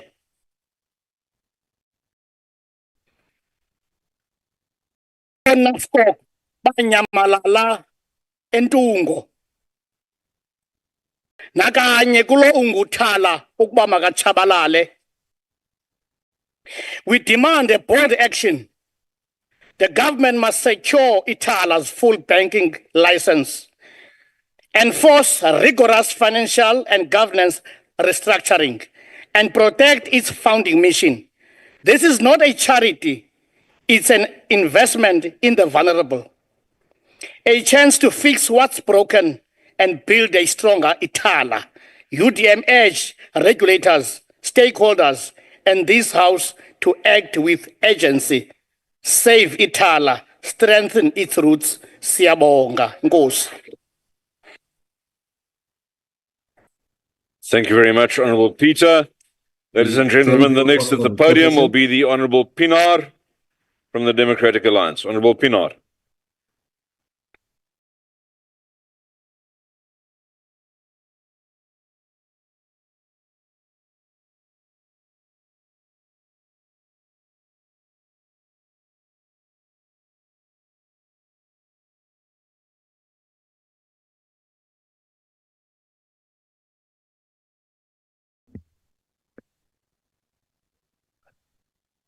Honourable Chairperson, Members of Parliament, the NCOP, and my fellow South Africans, Goeiemorgen, Tobela, good day. Colleagues, I'm encouraged about the debate thus far, Honourable Chairperson, especially after the Honourable Governor gave a real impact-hitting opening. Unfortunately, there are some hard-hitting truths that must be said aloud, but I believe in the course of this debate, we will find each other to find solutions. I think I can also say for the speakers till thus far that we all agree that Ithala deserves to be saved. The topic before us today is ensuring the continued existence of Ithala Bank SOC as an instrument for equal access to finance, development, and opportunity. But let us be honest, the bias, however, is clear in the proposed topic. The question assumes that Ithala must continue to exist in its current form, without considering that it is in the best interests of the people of KwaZulu-Natal.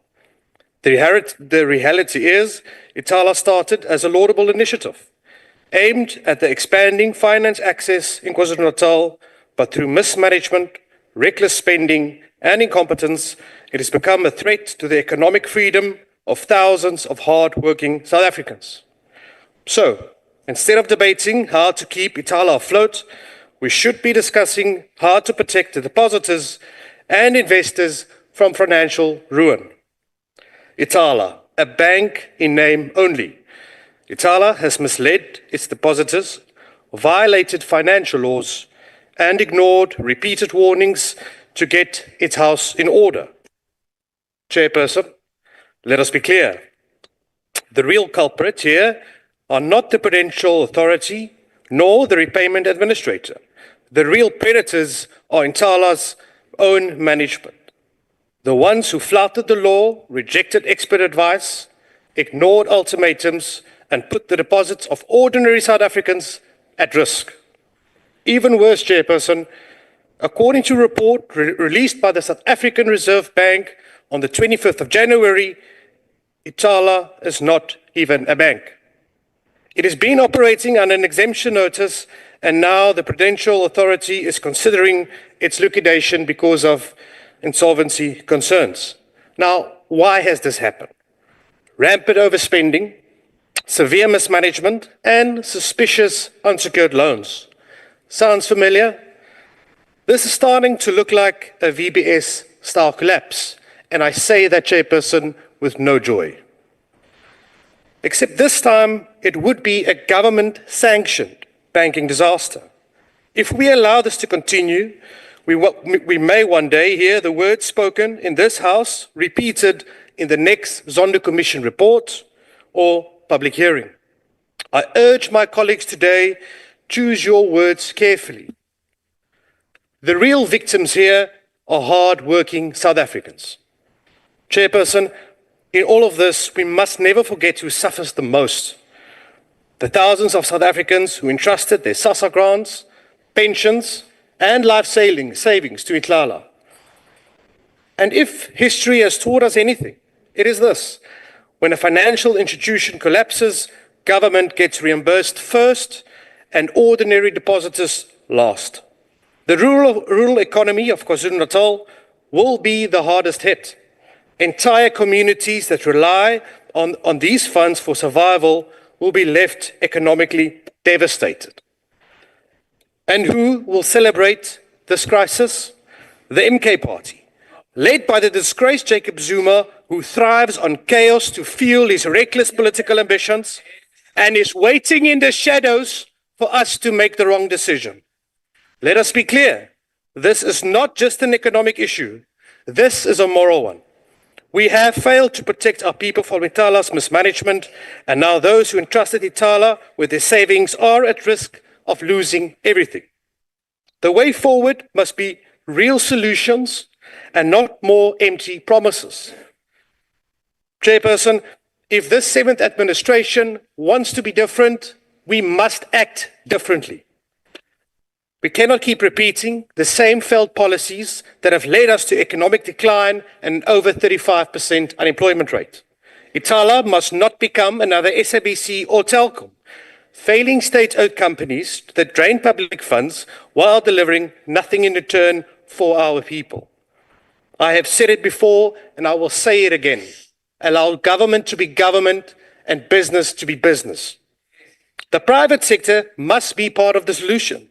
A viable business case must be made for Ithala, allowing one of our major banks to incorporate it into their portfolio.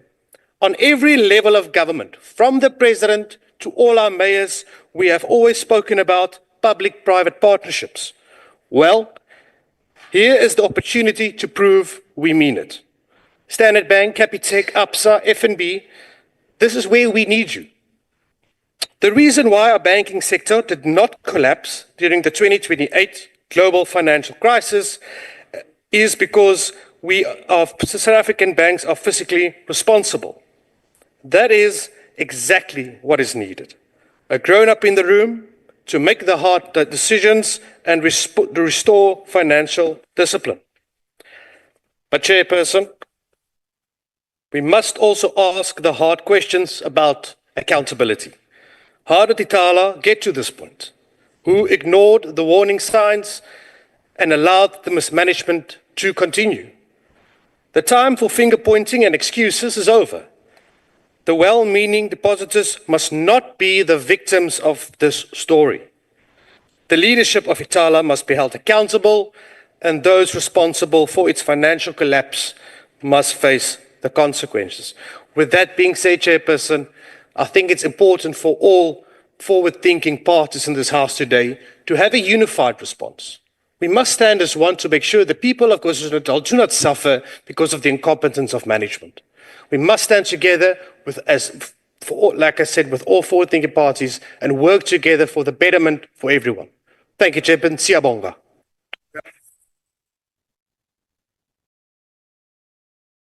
Thank you, Honorable Pinar. Thank you, Honorable Pinar, for your input. The next delegate is Honorable Marenga from Limpopo. I think it was on the visual platform. Honorable Marenga. Honorable Chair, am I audible? Yes, yes. Thank you, Honorable Chairperson, esteemed members of the National Council of Provinces, colleagues and fellow South Africans. Today we gather to deliberate on an institution that represents far more than just a financial entity. but an institution that embodies our collective commitment to economic justice and inclusive growth. Ithala Bank is not just merely a bank, it is a lifeline for millions of South Africans who have been systematically excluded from the formal financial systems. The question before us is not whether we can afford to support Ithala, but whether we can afford not to support Ithala. The answer to this question, Honorable Chair, is very clear. Ithala must be supported, be preserved, strengthened, and be empowered to fulfill its critical mandate. To do otherwise will be a move to abandon the very same principle of financial equality and equal opportunity that undermines and underpins our democracy. Let us begin by acknowledging the stark reality of financial exclusion in South Africa despite progress made since 1994. Millions of our citizens remain unbanked, underbanked, and trapped in a cycle of poverty and marginalization. The traditional commercial banks, which are driven by profit motives, have consistently failed to serve this group of our communities that benefits from Ithala. Commercial banks have their priorities and focus in urban centers and serving the affluent clients, leaving rural areas and townships and informal settlements without any easy access to basic financial services. This is where Ithala Bank steps in, not as a charity institution, but as a strategic instrument of development. Ithala operates in places where other banks fear to trade in, providing savings accounts, microloans, transactional services to those who need them most. It is present shaped, Honorable Chair. These communities are not just a case of convenience for them, but a necessary tool for survival and upward mobility. Honorable Chair, let us consider the impact of Ithala Bank on small businesses, which are the backbone of our economic development. In townships and rural areas, entrepreneurs struggle to access credit facilities from traditional commercial banks due to stringent requirements and a lack of collaterals. Ithala microloans programs have empowered countless spaza shop owners, tailors, farmers to grow their businesses, create jobs, and contribute to local economics. For example, in KwaZulu-Natal alone, Ithala has dispersed over 500 million in small business loans in the past 5 years, sustaining thousands of livelihoods. Without Ithala, these entrepreneurs will be at the mercy of loan sharks charging them exorbitant interest rates, perpetuating a cycle of debt and despair. The bank's role in fostering entrepreneurship cannot be overstated. It is a catalyst for grassroots economic development. Moreover, Ithala plays a pivotal role in advancing financial inclusions of vulnerable groups, particularly women and youth. In rural areas, women often bear the brunt of economic exclusion, with limited access to banking facilities and credit facilities. Ithala's gender-sensitive products, such as low-fee savings accounts and women-focused loan programs, have enabled countless women to achieve financial independence. Similarly, the Bank Youth Entrepreneurship Programs Initiative have provided young people with the capital and mentorship needed to turn their ideas into viable businesses. These efforts align directly with the National Development Plan's vision of inclusive growth and the United Nations Sustainable Development Goals, which emphasizes the importance of financial inclusion in reducing inequality. The critics of Ithala argues that the bank is financially unsustainable, pointing to the legacy of debt and governance challenges. While it is true that Ithala faces operational hurdles, these are not insurmountable. Every institution, especially one serving marginalized communities, requires periodic reinvestment and reform. The solution is not to dismantle Ithala, but to revitalize it. We propose a multi-pronged approach to ensure its sustainability. Firstly, Treasury must provide a recapitalization package tied up with strict governance reforms. This includes appointing an independent board, which expedite with a particular skill in terms of development finance, conducting forensic audits to root out inefficiencies, and also implement robust digital transformation strategies. Secondly, provincial governments must collaborate with Ithala to expand its reach, leveraging in existing infrastructure such as post offices and community centers to reduce operational costs. Thirdly, partnerships with fintech companies can modernize Ithala's services, making them more accessible through mobile banking platforms. These measures will not only secure Ithala's future, but will also enhance the ability to serve the unbanked communities. The moral operative to support Ithala cannot be ignored. Financial inclusion is not a privilege, it is a right. When a grandmother in the Eastern Cape must travel kilometers to access her pension because there is no bank nearby, that alone is a fail on the part of the states to make the systems easy for our people to benefit. When a young person in Limpopo cannot secure a small loan to start a business, primarily because he doesn't have a collateral, this again is a fail on the part of the state to create systems that can work better for development of the underprivileged people. It is tangible manifestation of our constitutional promise to uplift all South Africans, particularly those historically disadvantaged. To withdraw support for Ithala will be to betray this promise and condemn millions of our people to perpetual economic exclusion. Some may argue that privatization or merger with other state-owned entities is the answer. Let me define unequivocally about this thought. Privatization is not the solution, and privatizing Ithala will inevitably lead to exclusion of the very same people it is designed to serve. Profit-driven entities have no incentive to operate in what commercial banks consider as high risk and low reward areas. We need to look into the experiences of other countries to see how to privatize of development finance institutions as exacerbation of inequality. Similarly, merging Ithala with Postbank and other entities will dilute its unique mandate and compromise its community-based or focused approach. Ithala must remain a standalone institution with a clear developmental mission accountable to the people it serves. The economic rationale for supporting Ithala is equally compelling.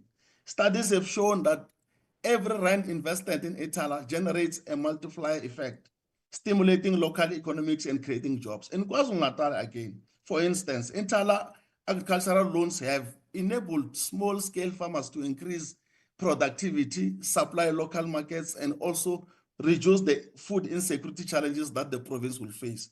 These farmers in turn employ workers and purchase goods from other local suppliers, creating a multiple situation of economic development in that province. The Development Bank of South Africa has estimated that Ithala's investments yields a social return investment of 420 for every rand spent. This is not an expenditure, it is an investment in our nation's future. Honorable Chair, the choice before us is clear. We can either uphold Ithala as a beacon of hope for the unbanked, or we can consign millions of the shadows of our people into financial exclusion. The latter is not an option. Ithala Bank is not luxury, it is a necessity. It is an institution that must continue to exist, and its existence is non-negotiable. Let us act with urgency and resolve this moment demands. Let us recapitalize Ithala, reform its governance structures, equip it with tools it needs to be able to thrive. Most importantly, let us send a message to the people of South Africa that their government will not abandon them.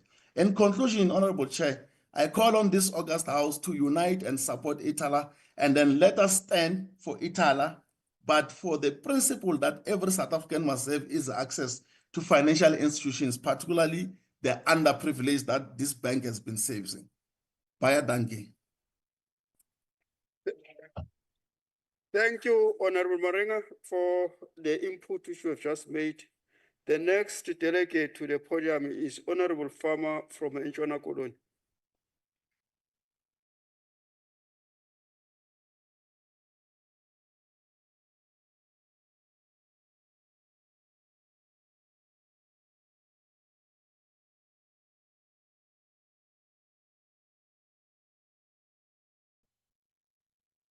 You know, Chairperson, people can be very nonsensical. Big banks must help Ithala. Big banks who doesn't give a hoot about people. They must now help Ithala. Ish, stupid is hard work. Honorable Chairperson, honorable members, today we discuss the crisis facing Ithala Bank, a financial institution that has long served as a pillar of support for communities, especially in underserved areas. This is a matter that transcends political affiliation and calls for a unified approach, rooted in rational analysis, fairness, and a commitment to well-being of all parties involved. Ithala Bank's current predicament stems from a complex combination of factors, including regulatory non-compliance, insolvency, and operational shortcomings.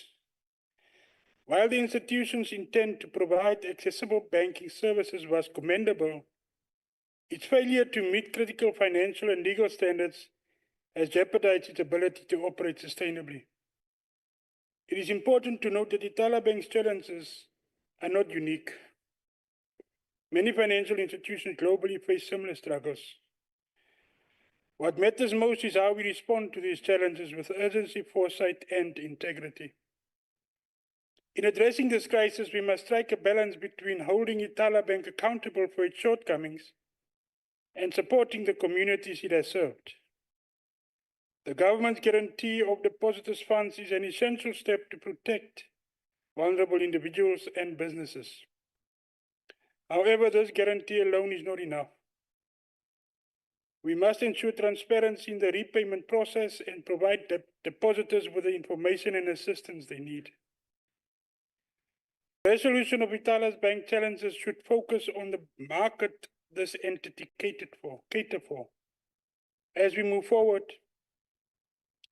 let us remain focused on the larger goal, fostering a financial system that serves all South Africans, while maintaining transparency, accountability, and trust. The challenges faced by Ithala Bank are an opportunity for us to strengthen our institutions and ensure that they are resilient, inclusive, and capable of meeting the needs of our diverse population. This is not just a story. It is a chance to rebuild, learn, and grow. Let us approach this matter with open minds, clear intentions, and a shared commitment to the betterment of our society. Together we can turn adversity into opportunity and create a legacy of progress that benefits generations to come. Salute. Thank you, Honorable Farmer, for your wonderful input. The next delegate to be part of this debate is Honorable Nkopane from Bukonebu Pirim. On the visual platform, Northwest. All right, over to you, sis. Thank you. Chairperson of the NCOP, chairing the session, members of the NCOP present, ladies and gentlemen, Dumelang Bagaetsho. I will chair. Today we are debating an important matter of Ithala Bank, which has been in the public space due to the threats of possible liquidation. Ithala Bank was established as a development finance corporation institution in the province of KZN in 1958. The main objective of the bank is to promote economic development and empowerment to the African people in the main who are defined by the ANC's National Democratic Revolution concept document as one of the main motive forces of our revolution. It is within this context that Ithala Bank must be saved from liquidation and be prevented from following the examples of the VBS Mutual Bank.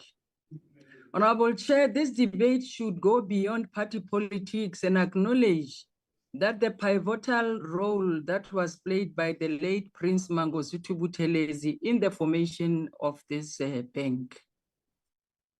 Since then, Ithala Bank has played a vital role in the economic development of marginalized communities, especially in the province of the KZN. However, due to some failures and regulatory prescribed non-compliance, the Ithala Bank is now facing possible extinction. Therefore, it is our duty as public representative chairperson to find a sustainable and effective way to save this bank so that it continues to discharge its developmental mandate. Honorable Chair, the challenges in Ithala Bank stem from the formal banking license, stem from a complex history of operating under exemption notices rather than a formal banking license. Despite numerous opportunities, the bank failed to meet the Prudential Authority's regulatory requirements by June 2023. Consequently, the authority deemed its deposit holding activities unlawful when the last exemption lapsed on the 15th of December 2023. The 2008 accumulated losses amounting to 520 million further exempt. Honorable Chair, it is unfortunate to announce to this August House that the Prudential Authority has already initiated liquidation proceedings against Ithala Bank and without intervention. The closure of this important economic institution could become a reality that with of depositors, many from vulnerable communities risk losing access to their financial assets. Jobs will be lost, and a key driver of the provincial economic empowerment will disappear. This is not just about a single bank. It is about the economic justice and financial inclusion. Honorable Chair, while the challenges facing Ithala Bank are undeniable, but saving this institution is not beyond salvation. The bank's position is that it remains solvent with assets exceeding liabilities. Fortunately, panic withdrawals have been avoided and a way forward exists. We must act decisively to restore Ithala Bank's operation and financial credibility. Honorable Chairperson and the esteemed members, part of our way forward is saving Ithala is to note and appreciate the assertion by Minister of Finance, Honorable Godongwana, who acknowledged the following during the Financial Sector Conduct Authority Industry Conference: that a custodian of depositor, the state has secured 2 billion guarantee to safeguard depositors of Ithala Bank.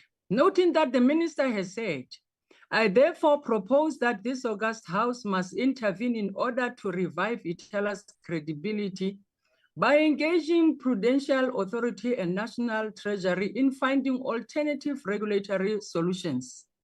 I further propose a phased compliance plan with structured timelines and strict oversight that can help Ithala region credibility and eventually secure a full banking license. As already alluded, one of the Ithala's biggest weaknesses has been poor governance and executive instability. And I therefore, as mechanism of improving governance challenges, the bank must prioritize appointment of experienced financial executives, implement strict anti-money laundering and risk management policies, and develop a clear succession plan to ensure leadership continuity. Furthermore, an independent financial audit must be conducted to assess Ithala's solvency claim, and additionally, inefficiencies must be identified and eliminated, including the mismanagement of the IT modernization project that led to 34 million rand in wasteful expenditure. Worth noting is that Ithala's status as a provincially owned entity complicate its ability to secure a traditional banking license. Alternative structures should be considered, such as transitioning into a mutual bank under the Mutual Banks Act, which allows community-based ownership and regulatory flexibility. Partnering with established bank to provide regulatory financial services while maintaining Ithala's unique developmental mandate. Finally, Chairperson, transparent stakeholder communication system must be established to prevent financial panic and maintain depositor confidence. Ithala Bank must also prioritize clear and regular communication that includes public updates on depositors' fund security, transparent disclosure of restructuring efforts and regulatory negotiations. Honorable Chairperson, Ithala's crisis is not just a financial issue. It is an economic empowerment matter, it's a job security matter, and it's a social justice matter that needs serious intervention by this August House. We cannot allow a financial institution that serves marginalized communities to collapse due to poor leadership and regulatory shortcomings. Instead, we must take a bold, decisive action to implement reform and restore confidence and secure Ithala's future. In conclusion, Chairperson, I want to emphasize that in this August House should support a multi-pronged intervention that includes government reforms, financial restructuring, alternative banking models, and transparency. Ithala is not just possible, it is necessary. I thank you. Thank you. Thank you, Honorable Nkopane, for your input. The next delegate to come to the podium is Honorable Billy from KZN.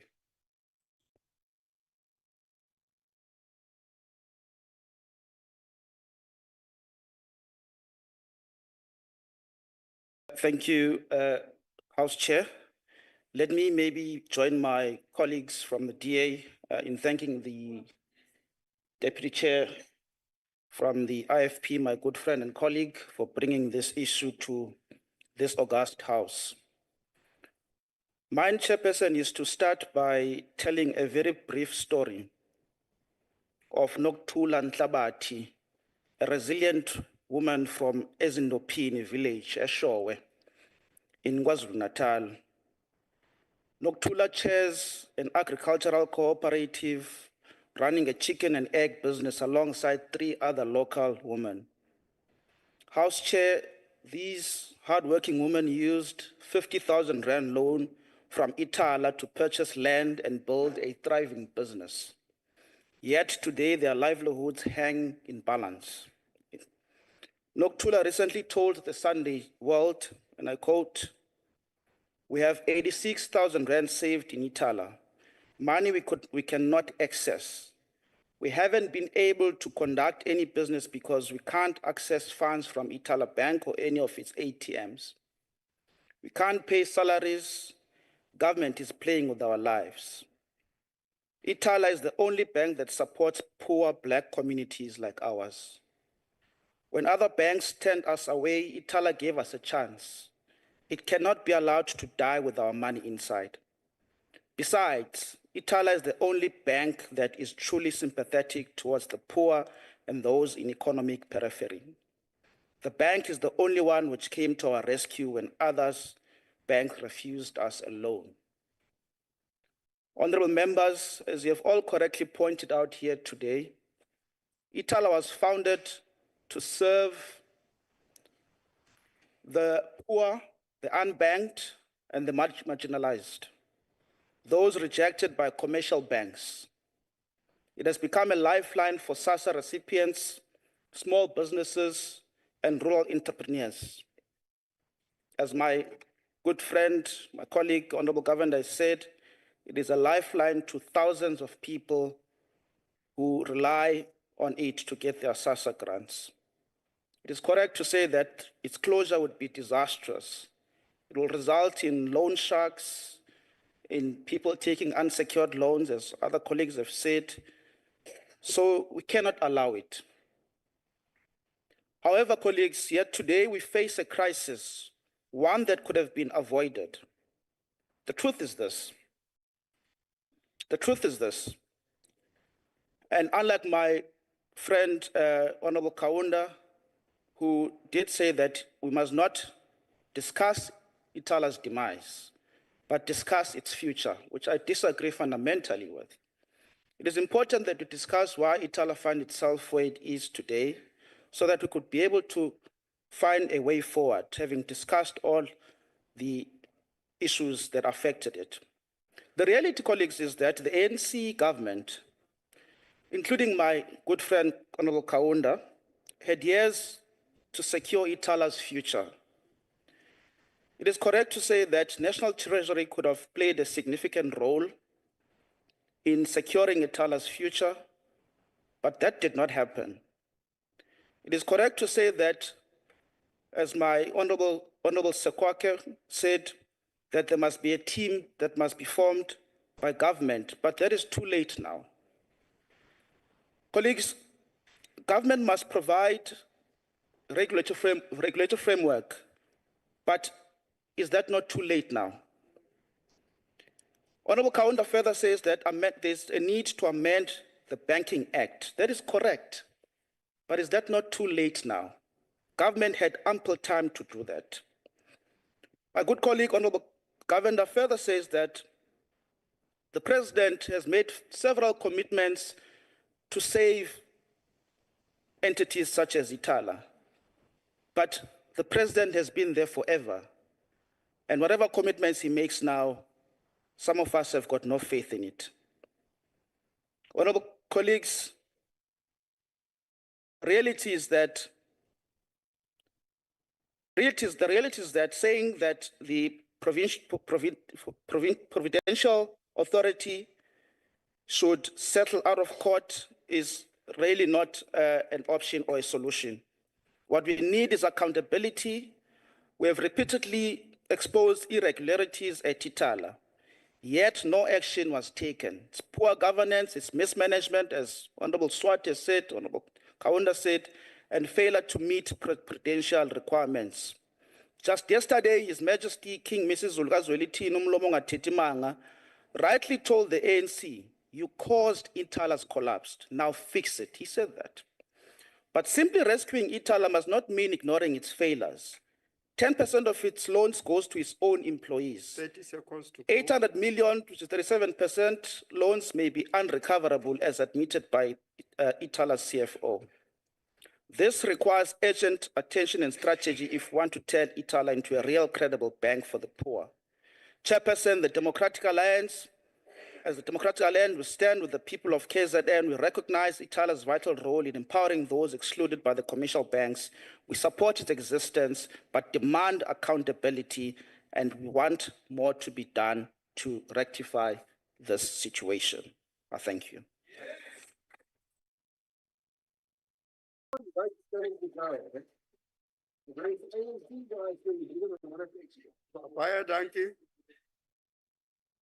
Baie dankie, meneer.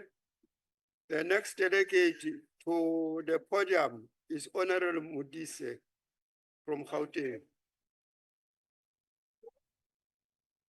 Let's see if you're so fast on your finger as well when he speaks. Good timing.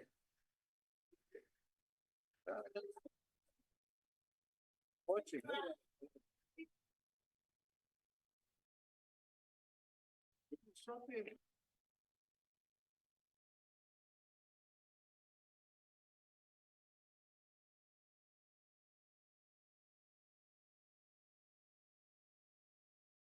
Honorable Mudise.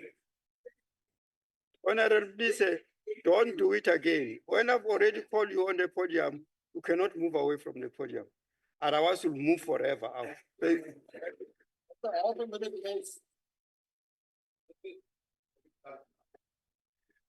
Chairperson of the National Council of Provinces, Deputy Chairperson of the NCOP, House Chairperson Dr. Ben Ryder, MPLs on the platform, honorable members of Parliament, people of South Africa, in particular people of KwaZulu-Natal. Chairperson, I won't waste time to respond to Honorable Billy, because clearly it tells you that he's in pain on his personal views against the party line. Chairperson, we meet here today exactly 5 days after the commemoration of the events of the 21 March 1960, where the regime of terror in apartheid Pretoria maimed the people of Sharpeville like shooting range target bots. I personally want to thank Ms. Tswana Nhlapo, the CEO of Sharville Foundation, and Mr. Khwabane Lidimu, Executive Chairperson of the Sharville is Not a Massacre, and their teams for their initiatives in taking up issues of Sharpeville and its massacre. Their work has put spotlight on the actual number of people who were killed and injured, as opposed to the official number provided by Hendrik Verwoerd murderers administration. Ms. Tswana Nhlapo and Mr. Khwabane Lidimu reminds us as members of parliament that we have the responsibility to fight for human rights. And as a reminder to this August House, the people of KwaZulu-Natal are watching and are looking for a favorable outcome from this debate today, because like me, they believe that reviving Ithala Bank is crucial for strengthening economic development in KwaZulu-Natal and ensuring financial inclusion, particularly for historically disadvantaged communities. The bank has played a key role in supporting small businesses, women entrepreneurs, and rural enterprises, making its sustainability essential for job creation and economic transformation. The financial sector, in particular, continues to be heavily dominated by minority, while the majority faces significant barriers to essential services and opportunities. This disparity perpetuates social and economic inequality, impeding on nation's overall economic growth and potential. Ithala actively supports women entrepreneurs and women-led businesses in KwaZulu-Natal through several targeted initiatives aimed at fostering economic empowerment, financial inclusion, and business sustainability. These initiatives include women enterprise development programs, capacity building and skills development, and access to markets. Through these comprehensive initiatives, the bank plays a crucial role in promoting gender-inclusive economic development in KwaZulu-Natal, empowering women to thrive in various sectors and contribute meaningfully to the economic activities of KwaZulu-Natal and ultimately of South Africa. The Imbokodo Iyazenzela Women in Business Program was launched in 2015. This program empowers women entrepreneurs by providing business workshop, mentoring, and funding opportunities. It has to date reached over 5,000 women across various towns and township and rural areas of KwaZulu-Natal. By actively working with private sector, real estate developers and engineers firms to change KwaZulu-Natal economic landscape, Ithala has played a significant role in advancing the construction of commercial and social infrastructure, strategic infrastructure initiatives that promote job development, economic expansion, and better service delivery, especially in historically underprivileged communities, have been made possible by this partnership. Through this partnership and internal policies, Ithala actively fosters an environment that supports and promotes women entrepreneurs and women-led business in the region. These initiatives align with the 2025 State of the Nation that are central to our efforts to end poverty and develop our economies to provide decent quality education to every young South African, and undertaken towards education and skills development that combines formal learning with job training. Ithala also plays a crucial role in supporting education and healthcare in underserved areas of KwaZulu-Natal. In response to educational disruption caused by the COVID-19 pandemic, Ithala launched the Ithala Education Platform. This online resource provided free lessons covering 7 CAPS subjects and offering support to learners during the challenging times. In collaboration with Banking Association of South Africa, Ithala implemented Star Saver project, targeting learners in township and rural high schools. This financial literacy initiatives educate students on the importance of personal wealth accumulation and the value of saving, aiming to instill prudent financial habits from a young age. As part of the corporate social investment initiatives, Ithala Banks ran the Abantwana Bethu Back to School campaign, focusing on financial wellness and supporting student educational needs. In the health sector, Ithala is found by financing for healthcare facilities, supporting medical entrepreneurs, and provide health awareness and community initiatives. Through all these targeted initiatives, Ithala underscores its dedication to fostering educational advancement and addressing health challenges, thereby contributing to overall socio-economic development of KwaZulu-Natal. These programs align with the SONA 2025, which stipulates that the nation in which there is quality healthcare for all, and that our immediate focus is to strengthen the health system and increase the quality of care, which includes modernizing, improving, and maintaining current health facilities as well as building new clinics and hospitals. Chairperson, I'm sure you are aware that you are not in support of closing Ithala, because closing Ithala will mean collapse of access to finance for emerging businesses, township enterprise, rural communities, and other sectors excluded by commercial banks, primarily in KZN, as articulated by Member Kaz.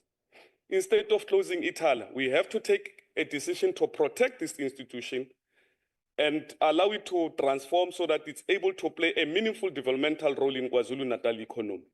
Ithala major limitations lies in the current Banking Act member bill, which prevent it from obtaining a fully banking license. A clear legislative amendment, as Member Kaunda has said, to the Banking Act is needed to enable Ithala to become a fully fledged state bank. This proposal is in line, whether you like it or not, Member, with ANC resolution that called for establishment of state bank. Ithala closure will leave a vacuum in KwaZulu-Natal financial ecosystem. This institution plays a vital role in circulating capital within township and rural economies. Saving and transforming Ithala is a strategic and political necessity in a broader struggle for economic justice and transformation. Honorable Mafika Mdebele, Chairperson of Economic Development and Tourism in KwaZulu-Natal Legislature says, and I quote, "If Ithala is liquidated, the regulatory authority stands to gain 300 million, but the people of KwaZulu-Natal will lose everything. While the regular authority counts profit from the technical liquidation, our people are counting losses. Entrepreneurs who can't access funding, pensioners in rural areas who relied on Ithala to collect their grants, and families who can no longer bury their loved ones with dignity. This is not just a financial decision, it's a moral one. Ithala must not be closed. It must be transformed, because the mission was never to enrich regulators, but to empower the poor," close quote. Honorable Majola, as a resident of KwaZulu-Natal, it's time that you move closer to Ithala Bank development, because we did say that since the chap who is alleged to have played a role in collapsing VBS has moved to KZN, Ithala is experiencing problems. In closing, Honorable Khatem, this debate today must take a decision and a resolution that will be sent to the Minister of Finance to communicate the voice of the members of this august House representing millions of our people, particularly the downtrodden masses of our financially excluded, that Ithala must never be liquidated and it must be saved by all costs. Thank you. Thank you, Honorable Mdise. I'd like to call the Deputy Chairperson of the Council, the initiator of the debate. Over to you, sir.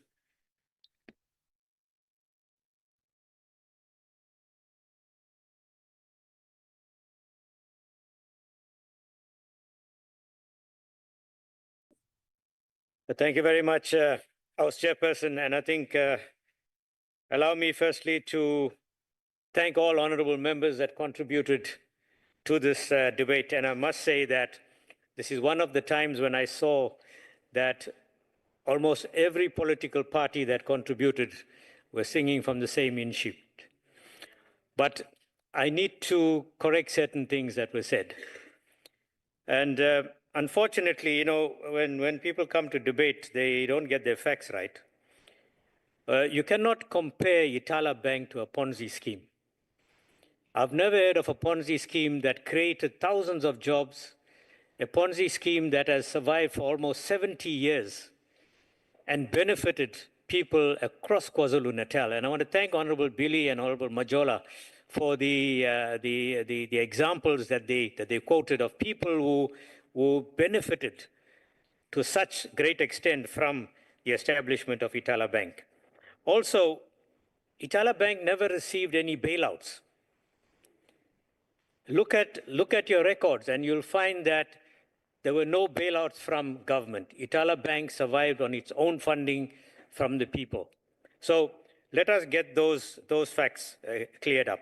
And also, the assets of Ithala Bank exceeds its liabilities for almost 5 billion rand. So there's no collapse. It's just that, and I think we all agree, that there are administrative issues that were not taken into account by the administrators of Ithala Bank. And I think the Honorable Sekoka said that the example of Ingwavuma, a town that will collapse completely if Ithala Bank closes. And we need to take that into account. Honorable Peter, thank you very much. You want to save this drowning child, and I'm sure we will do that. I think we need to also take into account what Honorable Maringa said when he said that there are hurdles, and we all admit, I think every speaker here mentioned that there are hurdles that need to be overcome and can be overcome. And I think we need to look at that. And I don't think that we can look to the commercial banks. Honorable Farmer, you are right. The commercial banks are not interested in the small people out there, the so-called small people who don't have collateral. They are looking at big business, and I think we need to take that also into account.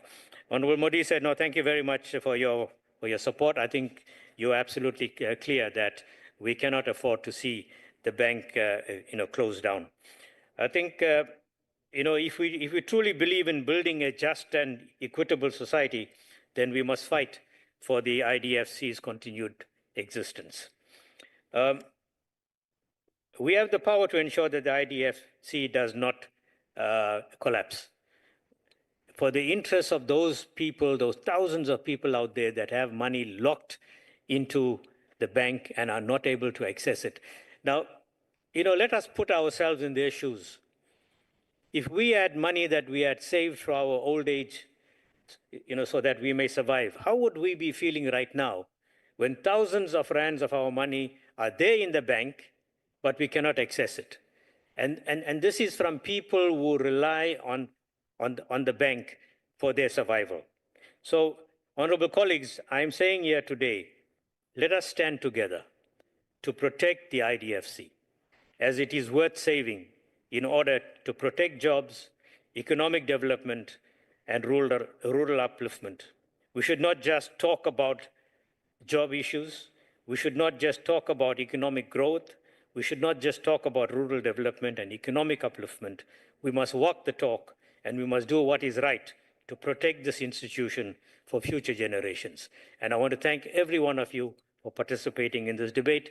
Thank you, Honorable Chairperson, for allowing us to conduct this debate in this Honorable House. I thank you all.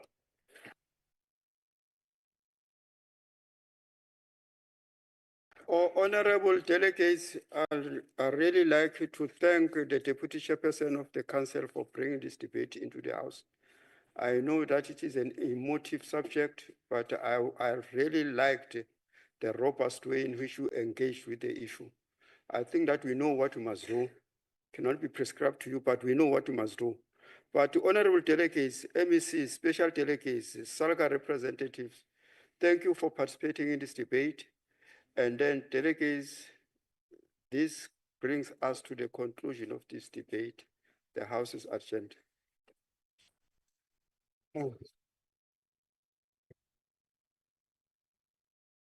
Recording stopped.